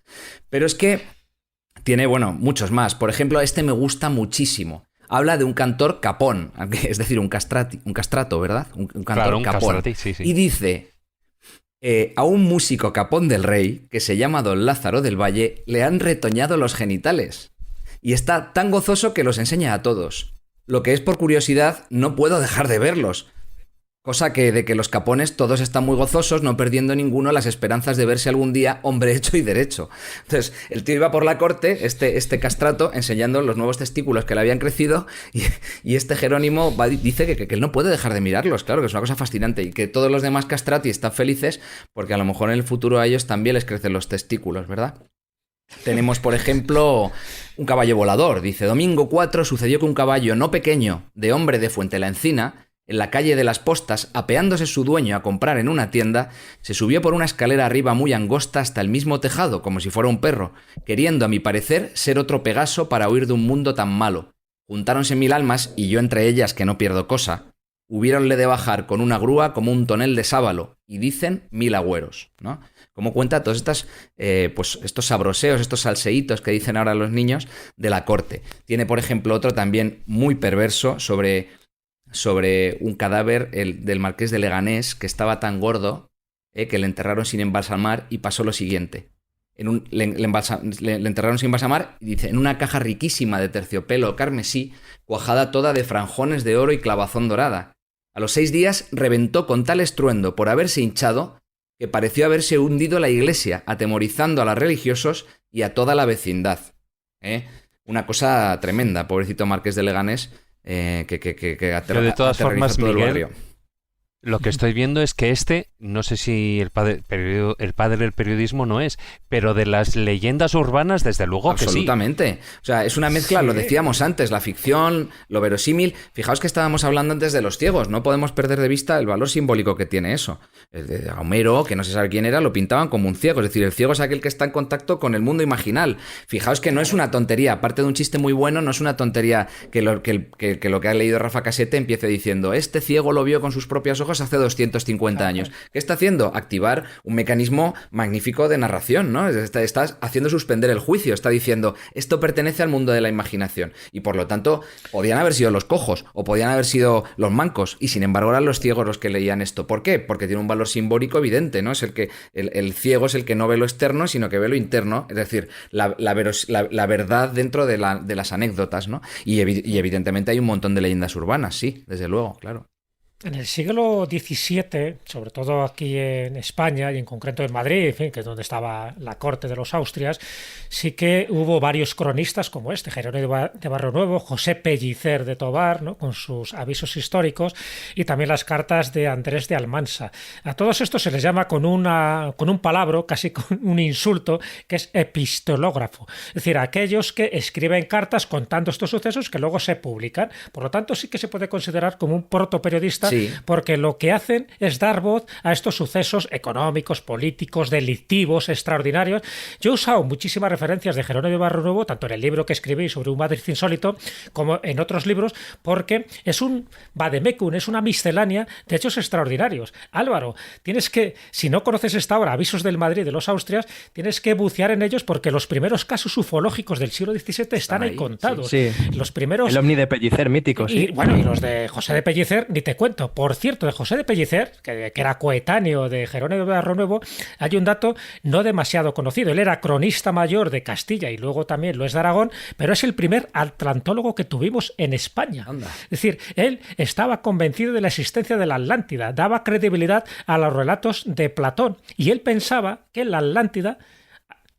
lo que queda de la Atlántida, antes de que fuera hundida, ¿no?, por una catástrofe en el Atlántico, parte de eso es la península ibérica y algunas islas adyacentes que también han ido desapareciendo poco a poco. Él estaba convencido. O sea, el primer atlantólogo en España era José de Pellicer y nadie habla de él. Casi siempre estamos haciendo referencia a algún francés, algún inglés o algún norteamericano. Bueno, pues también un poco hay que reivindicarle, a pesar de que pudiera o no pudiera estar equivocado, pero casi nunca sus textos se relacionan o por lo menos se ponen en valor. Casi siempre se habla de estos avisos, que también, por una parte, era eso, los cotilleos, las cartas que se escribían. Por eso antes comentaba al principio, cuando preguntaba Frank quién podía ser el primer periodista, es el primero que hacía un diario, que recogía su testimonio. Luego no sabía si lo iban a escuchar o a leer muchos o pocos, pero el primero que hace un diario de a bordo, pues eso, un cuaderno de bitácora, el primero que manda cartas contando todos los pelos y señales de la corte o de una localidad. Un detallito que es importante porque ha salido varias veces en la conversación. El que en el siglo XVII mucha gente no supiera leer no quiere decir que las noticias no se conocieran. De hecho, se seguían muy ávidamente, porque las tertulias, las conversaciones, el que sabía leer, se las narraba a todos los demás, que luego las comentaban y las opinaban. O sea, el nivel de información no era tan malo como muchas veces se piensa. Era como podía ocurrir en los pueblos hace un siglo. Es decir, llegaba el cura, pues el maestro, alguien. Eso era en los mercados y en las tabernas, está claro. Exacto, y les contaban las noticias. Claro. Pero es que eso no ha cambiado nada de la época romana, es que seguía siendo igual. Es decir, eso que he contado de la Gaceta originaria, que era muy grande, pues eso se colocaba también en tablones en torno al antiguo Alcázar Real de Madrid, en lo que es el Palacio Real, y había gente que sabía leerlo, lo podía leer, y luego eso en las tabernas, en los cenáculos, en las conversaciones, se transmitía a todos los demás, no solamente como el pliego de cordel, sino también como conversación normal entre 4 o 5 personas, uno de los cuales les leía las noticias. Claro. Y todos luego opinaban y comentaban, lo que ha pasado. Y se iban exagerando, ¿no, Carlos? Claro. por cada interlocutor se iban exagerando. No, y que era un mundo más cosmopolita de lo que a veces pensamos. Que pensamos que la gente no viajaba, que se quedaba para toda la vida. No, había soldados, marineros, comerciantes, gente que viajaba por toda Europa. Había religiosos, diplomáticos, es decir, militares, gente que conocían Europa entera, que había estado en Flandes, en Alemania, en Italia, en Levante, en el norte de África, que transmitían la información, o en América, o por qué no, en Guam, en el otro lado del mundo, que transmitían las opiniones y lo que contaban. Lo contaban lleno de fantasías y de errores, pero no más fantasías o más errores que lo que puede decir ahora mismo la televisión. Bueno. Así que tampoco hay que exagerar tanto. Es que a colación de lo que comentaba Jesús. Antes habéis preguntado quiénes podían ser los primeros corresponsales, y es que Jesús posiblemente haya dado el dato. En esos diarios de a bordo, los primeros conquistadores, los primeros descubridores, por ejemplo, Colón. Colón ya es el primero que dice que ve sirenas en esas tierras nuevas, Magallanes con los Patagones y toda esa gente.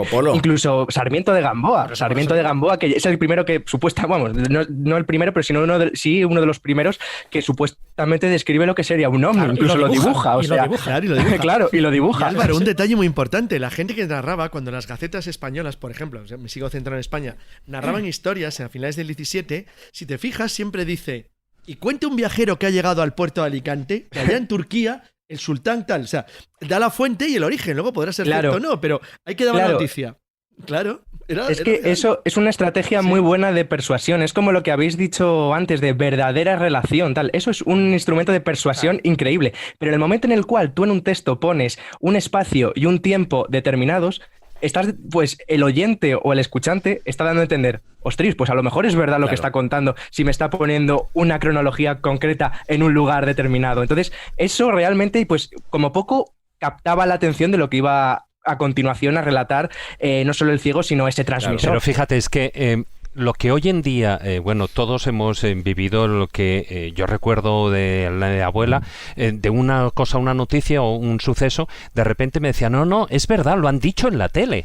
Pero es que ese detalle de que lo han dicho en la tele, anteriormente era lo mismo que decían, no, sí, lo habrá dicho pues el ciego, lo han dicho en la plaza. La Gaceta de Madrid. Lo han dicho la Gaceta de Madrid. O la Gaceta de Madrid, o lo han dicho, o sea, en su momento ha salido en los periódicos. Si salen los periódicos, ya es verdad. Y luego en la radio, luego en la televisión, o sea, solo porque se haya hecho público, ya es verdad, a diferencia de lo que pasa hoy en día, a diferencia de lo que pasa hoy en día con internet, ¿no? Que ese es el gran problema. Lo han dicho en Facebook. De hecho, hay un dato muy, muy curioso. Esos gacetilleros del siglo XIX no podían ni ver, nunca mejor dicho, a los ciegos. Por eso, porque veían cómo de alguna forma todo el mercado que ellos tenían se los estaban quitando todos los ciegos ambulantes. Incluso la opinión pública no la creaban los gacetilleros ni esos colaboradores de publicaciones periódicas, porque ellos estaban más a la propaganda política. Ellos eran poco más que mensajeros del control político, con lo cual veían que esos ciegos, esos, podemos decir, periodistas primigenios que daban a diestro y siniestro, criticaban por doquier a todo el mundo, no se cortaban con nadie, era una de las, posiblemente, de las críticas más enfurecidas por parte de los gacetilleros. ¿Qué era realmente? Era una crítica velada, porque les estaban quitando todo su mercado. Me gusta que hayas abierto la sección de opinión del periódico, porque hemos tocado ya nacional, internacional, hemos mencionado maratón, así que ya hemos tocado deportes, hemos mencionado sociedad, necrológicas, esquelas, pero nos faltaba la sección de opinión y Juan Ignacio nos trae un ejemplo con tinte musical que vamos a escuchar y nos va a explicar ahora.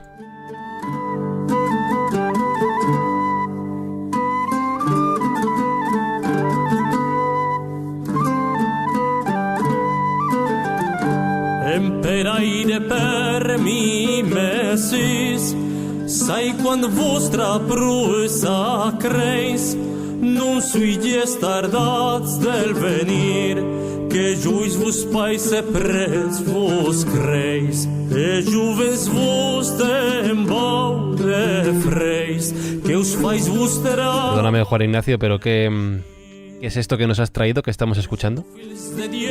Vamos a ver, tenemos que hacer un pequeño viaje en el tiempo hacia una de las épocas más interesantes en cuanto al análisis, ya lo ha mencionado antes Álvaro, en cuanto al análisis de lo que es la información tendenciosa por parte de alguien que quiere que alguien se conozca y que puede traducirse en una crítica o en un cantar que se dice de maldecir, de criticar, y en concreto un género muy concreto que es el sirventés. Vamos a ver, en la época trovadoresca, a partir de Leonor de Aquitania, cuando el movimiento trovador se, difunde por toda la zona de Occitania, aparecen un montón de trovadores que no solamente se dedican a cantar al amor y cantar el amor galante y a las damas y estas cosas, ni los hechos de guerra ni nada parecido, sino que también se dedican a la crítica pura y dura, además acerada, y van cantándola de corte en corte para que se sepa exactamente quién es cada quien y a qué se dedica.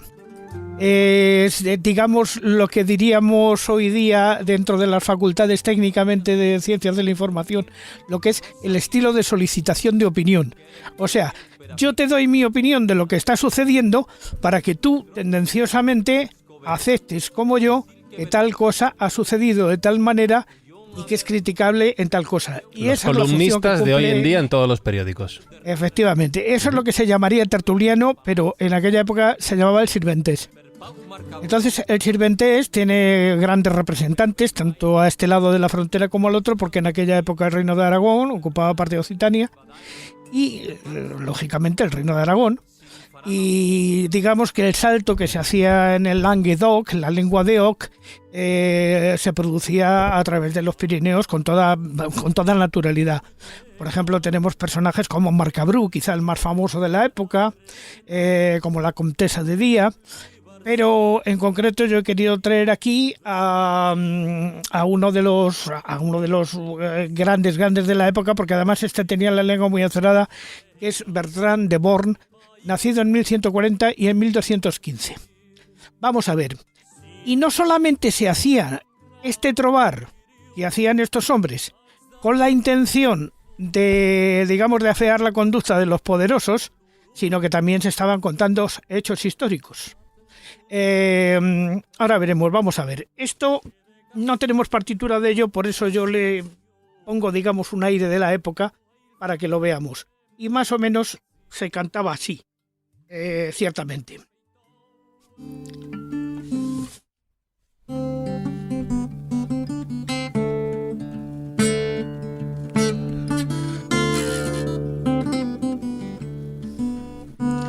Mais amail bortir et sare brax le frierse et saustor. Il sojon perché le faro nors Laisa fidus desertar. Mal sembla d'erming galvan que salvo vidam plus oven e poso tre consel no pren Laisa terra el señor de Ogron.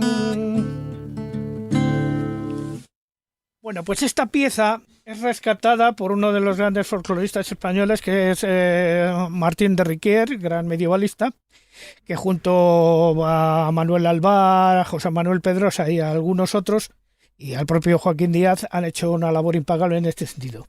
Lo que acabo de malcantar en lenguaje de Oc traducido sería así. A Juan Sin Tierra le gustan los torneos y la caza, los perdigueros, lebreles y azores, y el ocio, por lo que reducen sus feudos y se dejan desheredar vivos. En valentía poco se parece el Galván, pues lo varían más a menudo por aquí. Y ya que no toma otra resolución, deje su tierra al rey de Logroño, que es una velada referencia a Alfonso VIII. Porque claro, esto está haciendo referencia a un hecho histórico. Alfonso VIII se casa con Leonor de Inglaterra, y lleva en su dote la tierra de Gascuña. Pero el rey castellano no hace nada por ocupar el ducado. Lo que pasa es que años después existen unas divisiones en la zona que se decantan de alguna manera porque Juan Sin Tierra tome estas tierras. Pero Juan Sin Tierra, como dice la canción, se estaba dedicando a cazar y a tocarse literalmente las narices, ¿no?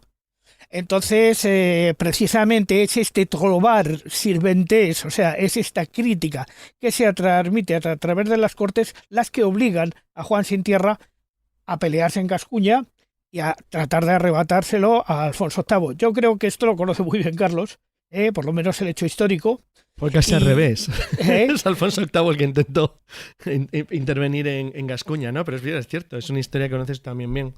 No, pero son bonitos estos trovadores, estas cosas, historias así medievales. Pero bueno, quiero decir. Además, la trova nace ahí, ¿no? Nace en la lengua. Pero quiero decir que en la época no solamente la trova eran hechos inventados. No, pero que la gente conocía las cosas política, que transmitían de pueblo en pueblo, por los caminos, lo que llevaban los comerciantes, los juglares, los trovadores, los caballeros, los religiosos, sobre todo, que era la vía principal, el comercio. Es decir, vamos a ver, cuando tú, y además tú maquetaste el libro, es decir, cuando dijimos que el español tiene 220 palabras aproximadamente, 200 y pico palabras de origen vikingo, prácticamente todas vinieron a través del normando francés en su gran mayor parte. Eso obviamente tiene que ver de una manera por el comercio, la construcción naval, la pesca, el tráfico de personas. Es decir, lo que transmite las ideas, los conocimientos y las cosas es la gente. Y la gente, y en eso está muy bien lo que ha comentado antes Álvaro, de verdad que no era tan... Eran analfabetos en el sentido que no sabían leer y escribir, pero no eran idiotas. Había un montón de gente que les daba información y ellos las interpretaban a su manera. Y también, y eso es un tema muy interesante, que ahora se está perdiendo, Jobar, esto sí quedaría para un programa, una de las características esenciales, y aquí hay un profesor, como el caso de Miguel, o puede que alguno más, o todos más o menos, o casi todos los que estamos aquí hemos dado alguna vez clase de algún tipo, hay un hecho fundamental. La transmisión del conocimiento tiene una serie de elementos que darían para un programa, pero uno fundamental es la confianza en la autoridad de la persona que habla. ¿Quién es el que te está transmitiendo el mensaje? ¿Qué credibilidad tiene? ¿Por qué le crees? ¿Y por qué piensas que lo que dice es lo correcto? Entonces, claro, eso cambia mucho cuando alguien lee un texto frente a alguien lo narra.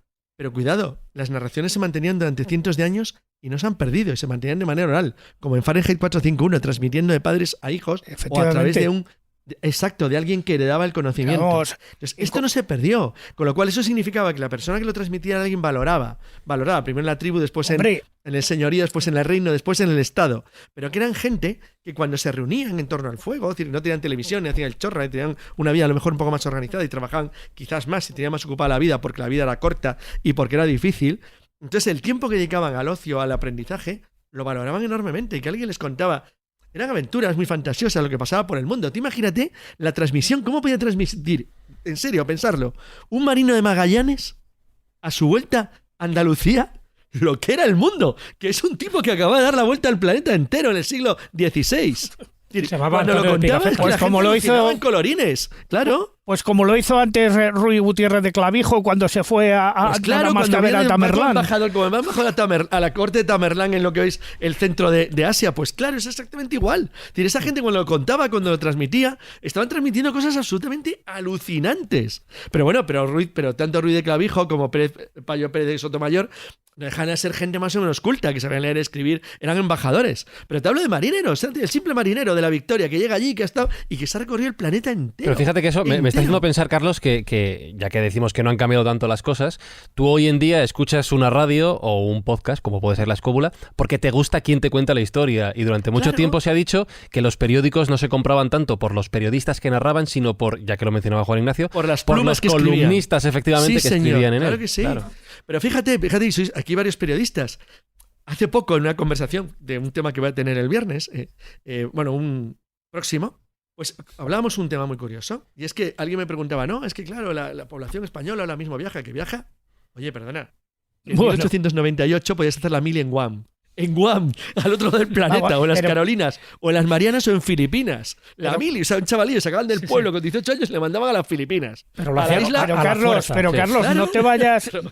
no te vayas... No conocías el mundo, joder, vaya que sí conocías el mundo. Escucha, no te vengas tan cerca. Es que España ha tenido el privilegio, el norte de España, la línea por encima de la línea del Duero, ha tenido el privilegio a partir del año 835 de tener una auténtica autopista de comunicación que llevaba hasta Roma y hasta Jerusalén. Que es el camino de Santiago. A cualquier parte de Europa. Es decir, llegaba gente del mundo entero conocido, es decir, lo que era el mundo de la cristiandad, de nuestro mundo. Pero claro, toda esa gente transmitía historias. Jesús y yo, que hemos mirado mucho sobre leyendas, las lavanderas, que es una leyenda de Cantabria, es una leyenda de los boscos de Francia. De los boscos, de la frontera con Alemania. Dice, ¿cómo llegó? Por el camino de Santiago, en la Edad Media, es evidente. Oye, perdona. Carlos, una apreciación solo. Perdona, Juan Ignacio. Sí.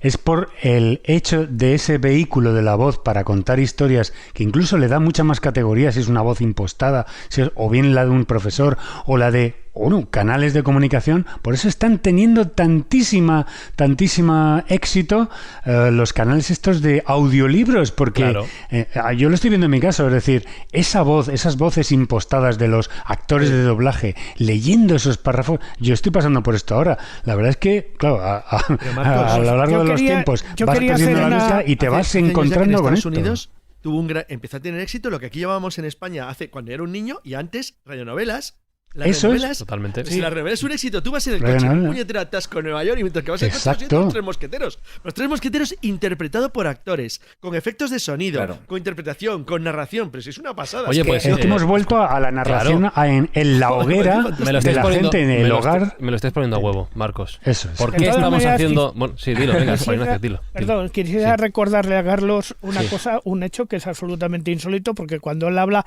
de la globalización y de la universalización, parece que estamos hablando de un concepto moderno, cuando es un concepto muy antiguo.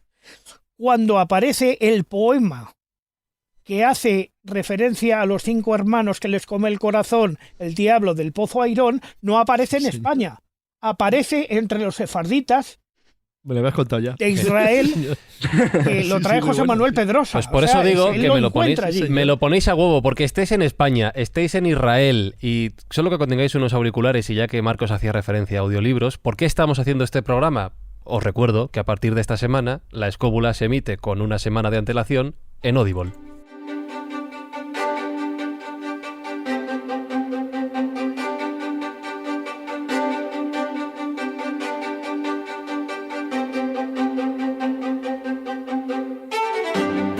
Y ya que hago referencia a Audible, por cierto, la escóbula va a estar en el resto de canales como siempre, todos los viernes, nada cambia, solo que quien sea impaciente y quiera una semana antes el programa lo tiene allí, pero ya que menciono un gran lugar donde encontrar estos libros, estas publicaciones, aunque sea en formato audio, estaba pensando, Álvaro, una pregunta muy tonta. Hablamos de tradición oral y también de tradición escrita, de la difusión de contenidos de noticias mediante un soporte que se puede ver, con su portada, con su imagen, como nos ha contado Carlos, con sus textos, bueno, lo que es esta literatura de cordel, ¿no? Lo que te puedes llevar a casa. La pregunta tonta que se me ocurre es, ¿cuándo colocamos los primeros kioscos en la historia? Porque digo yo que en algún momento habrá que ir a buscar algún sitio donde llevaste estos relatos a casa, ¿no? ¿O cómo se distribuía todo esto? En el siglo XVIII ya había kioscos, pero sobre todo se ponen de moda en el siglo XIX.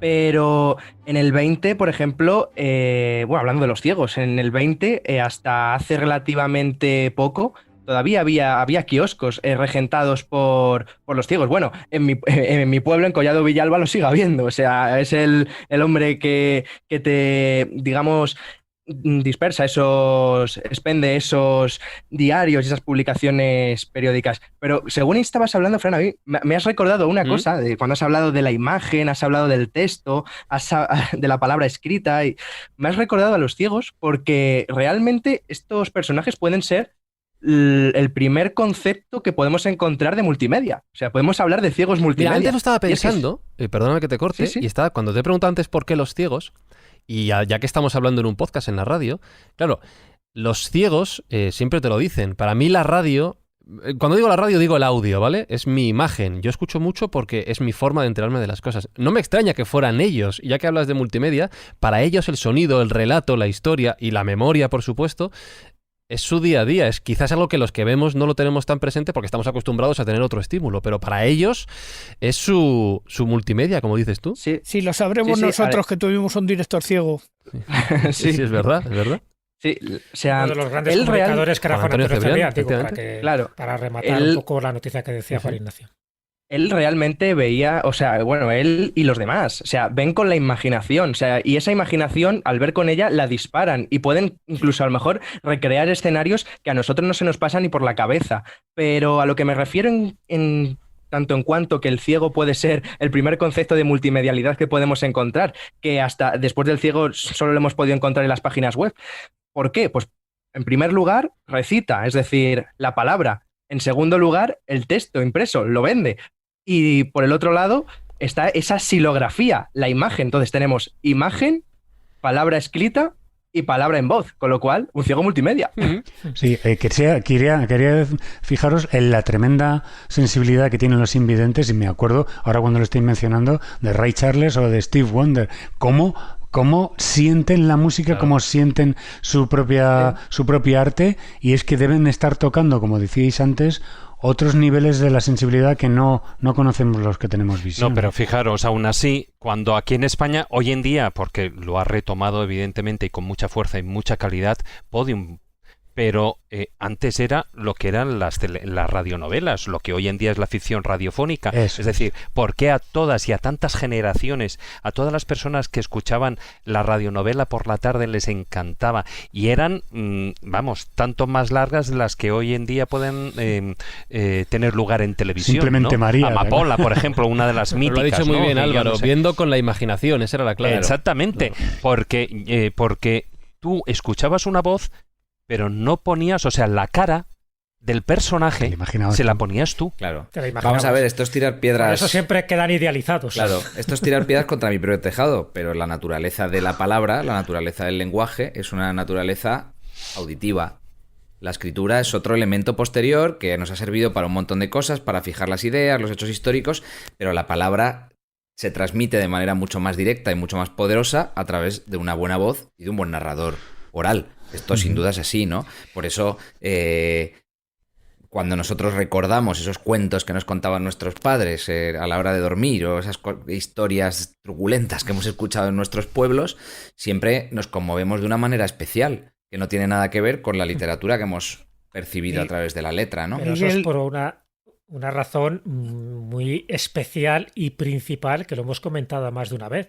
La palabra, la voz, tiene energía. Claro. Es decir, aquello que tú transmites y lo sabes transmitir con la cadencia, con el tono, con la energía suficiente, no solo estás transmitiendo una historia, sino que estás transmitiendo también el alma de esa historia. Claro. Por eso, un buen narrador, un buen cuentista, alguien que era un juglar en la época medieval, encandilaba a los que le estaban escuchando. ¿Por qué? Porque sabía hacer las pausas, porque sabía hacer los subrayados con la música en el momento propicio, porque gritaba, porque se quedaba en silencio, porque creaba ese énfasis, esa catarsis, si quieres, para que el espectador, para que el oyente entrara en situación y se creyera la historia. O sea, para eso no solo hace falta contar una historia, hace falta saber contar la historia. O sea, hacía suficiente. Eso es interpretar. Eso es interpretar. Claro.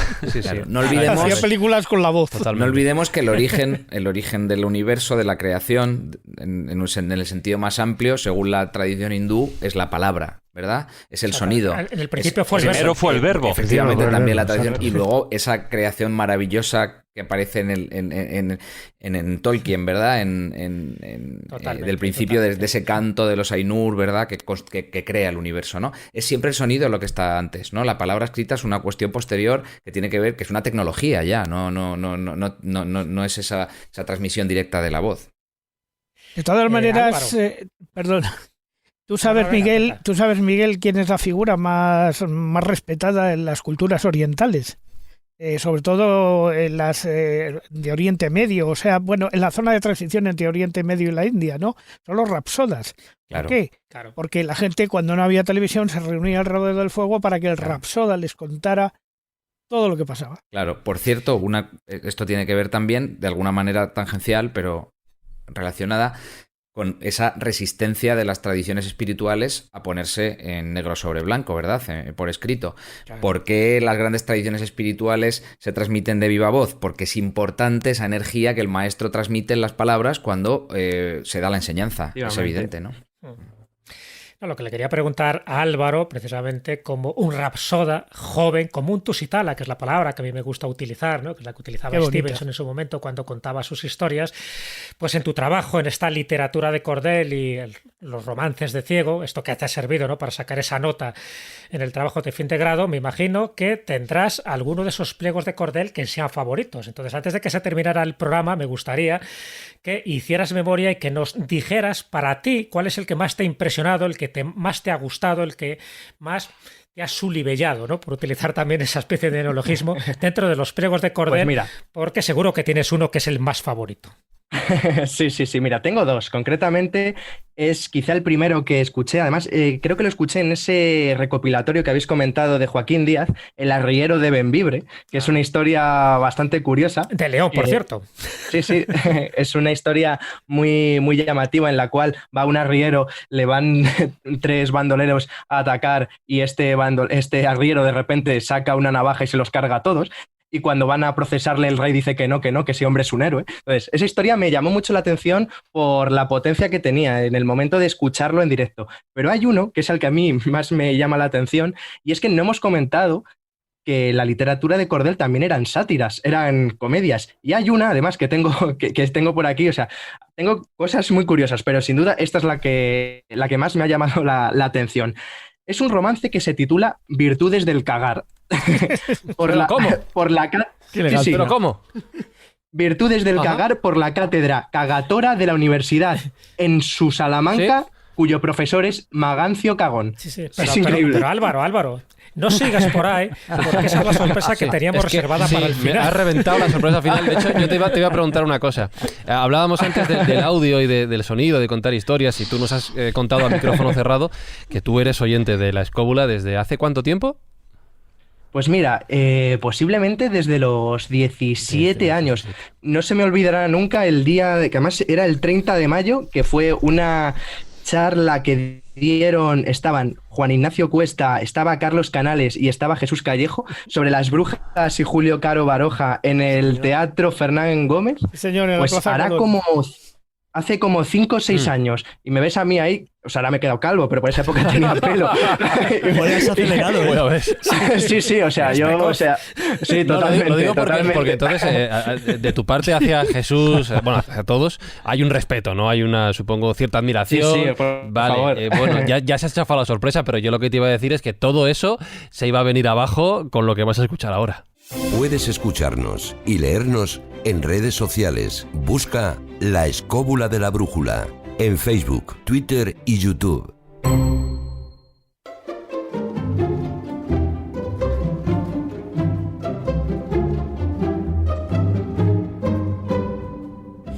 Porque ya se nos ha chafado la sorpresa, pero bueno, tenéis a Jesús Callejo, un hombre serio, un hombre formal, contador de historias, ampliamente respetado, seguido, querido. Hasta hoy. Hasta ahora, sí. Todo tuyo, Jesús, yo no me meto. No, pero me ha hecho gracia esta sincronicidad, porque Álvaro no sabía el fin de fiesta, el fin de programa que yo tenía preparado, y además locutado también por Rafa Casete. Entonces, bueno, por eso decía, no sigas por ahí, porque ya esas virtudes del cagar, que por cierto forma parte de la literatura de evasión, que se daba mucho en el siglo XIX, ya sabéis que todo este tipo de literatura escatológica gustaba muchísimo y se reimprimía. Entonces, en este caso hemos elegido uno de la imprenta La Fleca en Reus, en Tarragona, del año 1880, que también además aparecía una xilografía con un dibujo muy expresivo de lo que vamos a escuchar ahora. Por eso me llama la atención, porque él no sabía, Álvaro, de lo que íbamos a hablar. Pensaba que era algo original, en el sentido de que es cierto que ningún programa de radio se atreve a decir cosas de este tipo, de este calado, de esta hondura y de este hedor, porque normalmente es un tipo de literatura que quedaba marginada más para clases populares, y bueno, parece que no está muy relacionada con las clases cultas, con personas que se consideran intelectuales, pero con nosotros no somos ni una cosa ni otra. Sí que me parecía oportuno traer este romance de ciego, este pliego de Cordel, que se llama así, con ese título tan expresivo, que son Las virtudes del cagar, escritas por alguien que su seudónimo era Macario Cagón, con lo cual todo nos va indicando siempre lo mismo, y que gustaba tanto que ya digo, hay miles de reimpresiones de este tipo de cosas, hasta que ya en el siglo XX fue decayendo este tipo de literatura de evasión, este tipo de literatura escatológica. Y como tenemos esa voz de Rafa Casete que nos pueda declamar estas virtudes del cagar, que tampoco son demasiado extensas, hemos hecho una pequeña recopilación, pues si os parece, vamos a escucharlas, vamos a taparnos la nariz en la medida que podamos y a ver si realmente el olor llega hasta estos extremos de Escobulandia. Virtudes del cagar. Nuevo discurso pronunciado en la Cátedra Cagatoria de la Universidad de Ensulamanca por Macario Cagón. Discretísimos oyentes, cerrad los labios y dientes, tapad bien vuestras narices con pañuelos o tapices, pues mi culo, según veo, ya despide algún correo.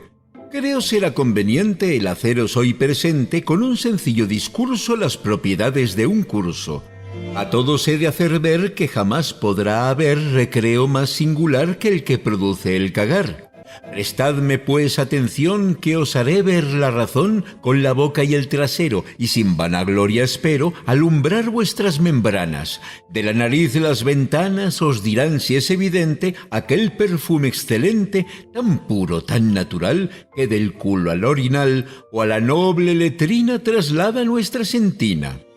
No digan soy indecente, pues delante de la gente cago y hablo de cagar, ya que todos lo han de usar, desde el más grande al más chico, desde el más pobre al más rico. Muy tonto será en verdad quien se esconda por cagar. Esto lo creo muy bien, y lo dudo que también vosotros lo creeréis si atención me tenéis, pues intento, no sin broma, sin quitar ni añadir coma, el demostraros en cuenta que quien no caga, revienta. Caga así, todo animal, caga el rico menestral, caga el sabio, el ignorante, la hormiga y el elefante. Caga la gente de capa, lo mismo el rey y el papa, y por fin caga también todo culo que va bien, pues como dice el refrán inventado por Adán, que después de haber cagado queda el cuerpo descansado, y pujando y repujando, mierda del culo va saltando.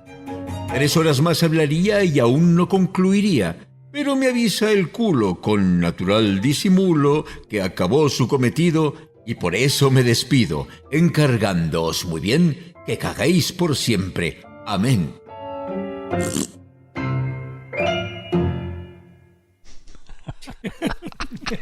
Álvaro, ese medio Qué punto bueno. que te faltó en el trabajo es porque metiste este texto, ¿verdad? Sí. Lo leyó al final, yo creo, ¿eh?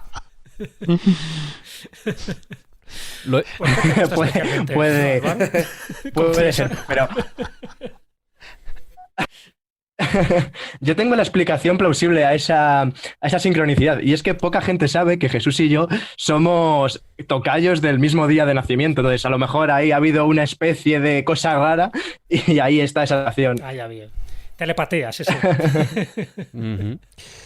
Pero esto era muy habitual, es un ejemplo, no sé, aislado, o realmente es verdad que lo escatológico llamaba mucho la atención junto con los crímenes y junto con los sucesos extraordinarios. Llamaba totalmente la atención. Estamos hablando de que esa excentricidad, esa brutalidad y todo lo escatológico llama la atención. De hecho, Manuel Alvar, dentro de esa clasificación que hace, una de esas clasificaciones está dentro de las sátiras el tema escatológico, o sea, es algo que realmente está muy, muy presente, una clasificación que, bueno, sí, que podríamos decir que realmente solo hay dos, los pliegos que son verdad y los que no. Entonces, ¿dónde enclavaríamos esto de la sátira? Bueno, posiblemente los de verdad, ¿eh? Los de verdad. Es verdad, totalmente. ¿no? De las virtudes del cagar. Uh-huh. Bueno, pues con este final de mierda, con perdón, de programa, yo te quiero hacer una... Mira que vas a tener que lavarte la boca con jamón, igual que Rafa. Totalmente. Casete. Sí, claro. Rafa se ha quedado a gusto, contando esto, de verdad. Joder, ya te digo. Además, lo ha hecho con intensidad y con prosopopeya. Sí. Yo sí que te quiero preguntar algo, ya que llevamos casi 2 horas hablando de este asunto, Álvaro, y que tú estás empezando tu carrera con muy buen pie y ojalá sea así durante todo el resto de la misma. ¿Por qué te gusta a ti contar historias? ¿Por qué te gusta dedicarte a esto? Que no es el trabajo mejor pagado del mundo ni el que mejor circunstancia tenga ahora mismo. ¿Por qué te gusta tanto lo que haces? Pues quizá por eso, por lo que he comentado, porque, como decía Unamuno, la bendita fuente del conocimiento es la curiosidad, y una persona que se sorprende y que de alguna forma curiosea, al fin y al cabo, de alguna manera empieza a entender cosas. Entonces, esa curiosidad es la que hace que pegues una patada a una piedra. Debajo de las piedras suele haber muchas leyendas, muchos misterios y muchas historias. Realmente el periodismo, ¿qué es? Contar y transmitir historias. Ya seas ciego, no ciego, te falte un brazo, te falten 2. Pero si tienes esa curiosidad de sacar historias y de sacar algo que nadie ha contado, posiblemente ahí te estés diferenciando de los demás. Pues Álvaro Anula Pulido nos acaba de demostrar por qué se siente ese amor, por qué merece la pena seguirle, escucharle, leerle, tenerle en cuenta. Nos va a dar muchas alegrías y muchas historias buenas. Así que espero que te escuchemos pronto de nuevo en la escóbula, que nos traigas nuevas historias y que sigamos disfrutando mucho de todo lo que nos cuentes durante no los próximos años, las próximas décadas. Pues mira, cojo el guante y aquí me tenéis para lo que necesitéis. Sabéis que he crecido con vosotros y eso no se paga ni con ni con todo el dorado. ¿Lo has pasado bien? Sí, me lo he pasado bien, ha sido una experiencia gratificante. Al final no te lo esperabas, ¿eh? No. Sí, ha sido para cagarse, desde luego. Un abrazo muy fuerte, Álvaro. Igualmente. Álvaro, un abrazo. Cuídate. Igualmente, Álvaro. Todos.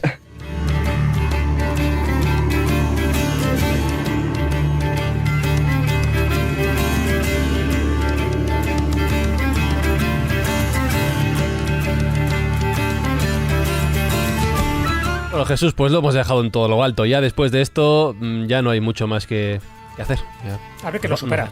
Sí, no sé, es imposible. Así que hasta la semana que viene, Jesús. Pues venga, recogemos nuestros cordeles, ¿no? Y para casa. David Sentinella, gracias una vez más. Sí, espérate que ahora te envío la pastilla de jabón. Sí, me hace falta. Y a nuestro invitado, a Álvaro, también. También.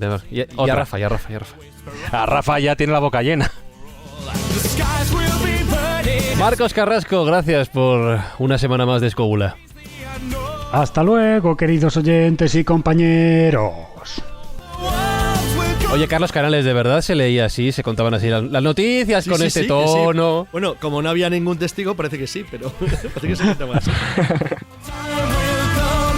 Gracias, un gustazo de nuevo, Miguel Salas. Igualmente, muchas gracias y que tengáis una semana llena de historias. Y ojalá podamos ir al Omni pronto, que lo echo de menos, la nave nodriza. Sí, tú lo que echas de menos es la espuma de cerveza esa, la crema de cerveza. Esa agua rosa que me bebo. No. Esa no, la otra. Echamos de menos el Omni, ¿verdad, Juan Ignacio? Echamos de menos las reuniones escobuleras. Ya volverán. Y le echo de menos y ojalá vuelvan. De todas maneras, quisiera despedirme señalando una sincronicidad que se ha dado en el programa. La historia del pliego de cordel que ha contado Álvaro del arriero que se libera de los bandidos, la podéis ver filmada en Los 7 Samuráis de Akira Kurosawa. Es una escena. Qué cultura de Juan Ignacio. Pensé que ibas a decir que eras tú el arriero. Así que, señores, la semana que viene nos volvemos a escuchar. Ya sabéis que todo lo que hemos ido mencionando lo podéis ver en Facebook, facebook.com/la escóbula de la brújula, en Twitter @escobuleros y también en YouTube, youtube.com/la escóbula de la brújula. Nos escuchamos dentro de 7 días, ya mejor que el final de este programa no va a ser. Saludos, besos, abrazos de Fran y Zuzquiza, y eso en 7 días, más y mejor. ¡Adiós! ¡Hasta el próximo programa!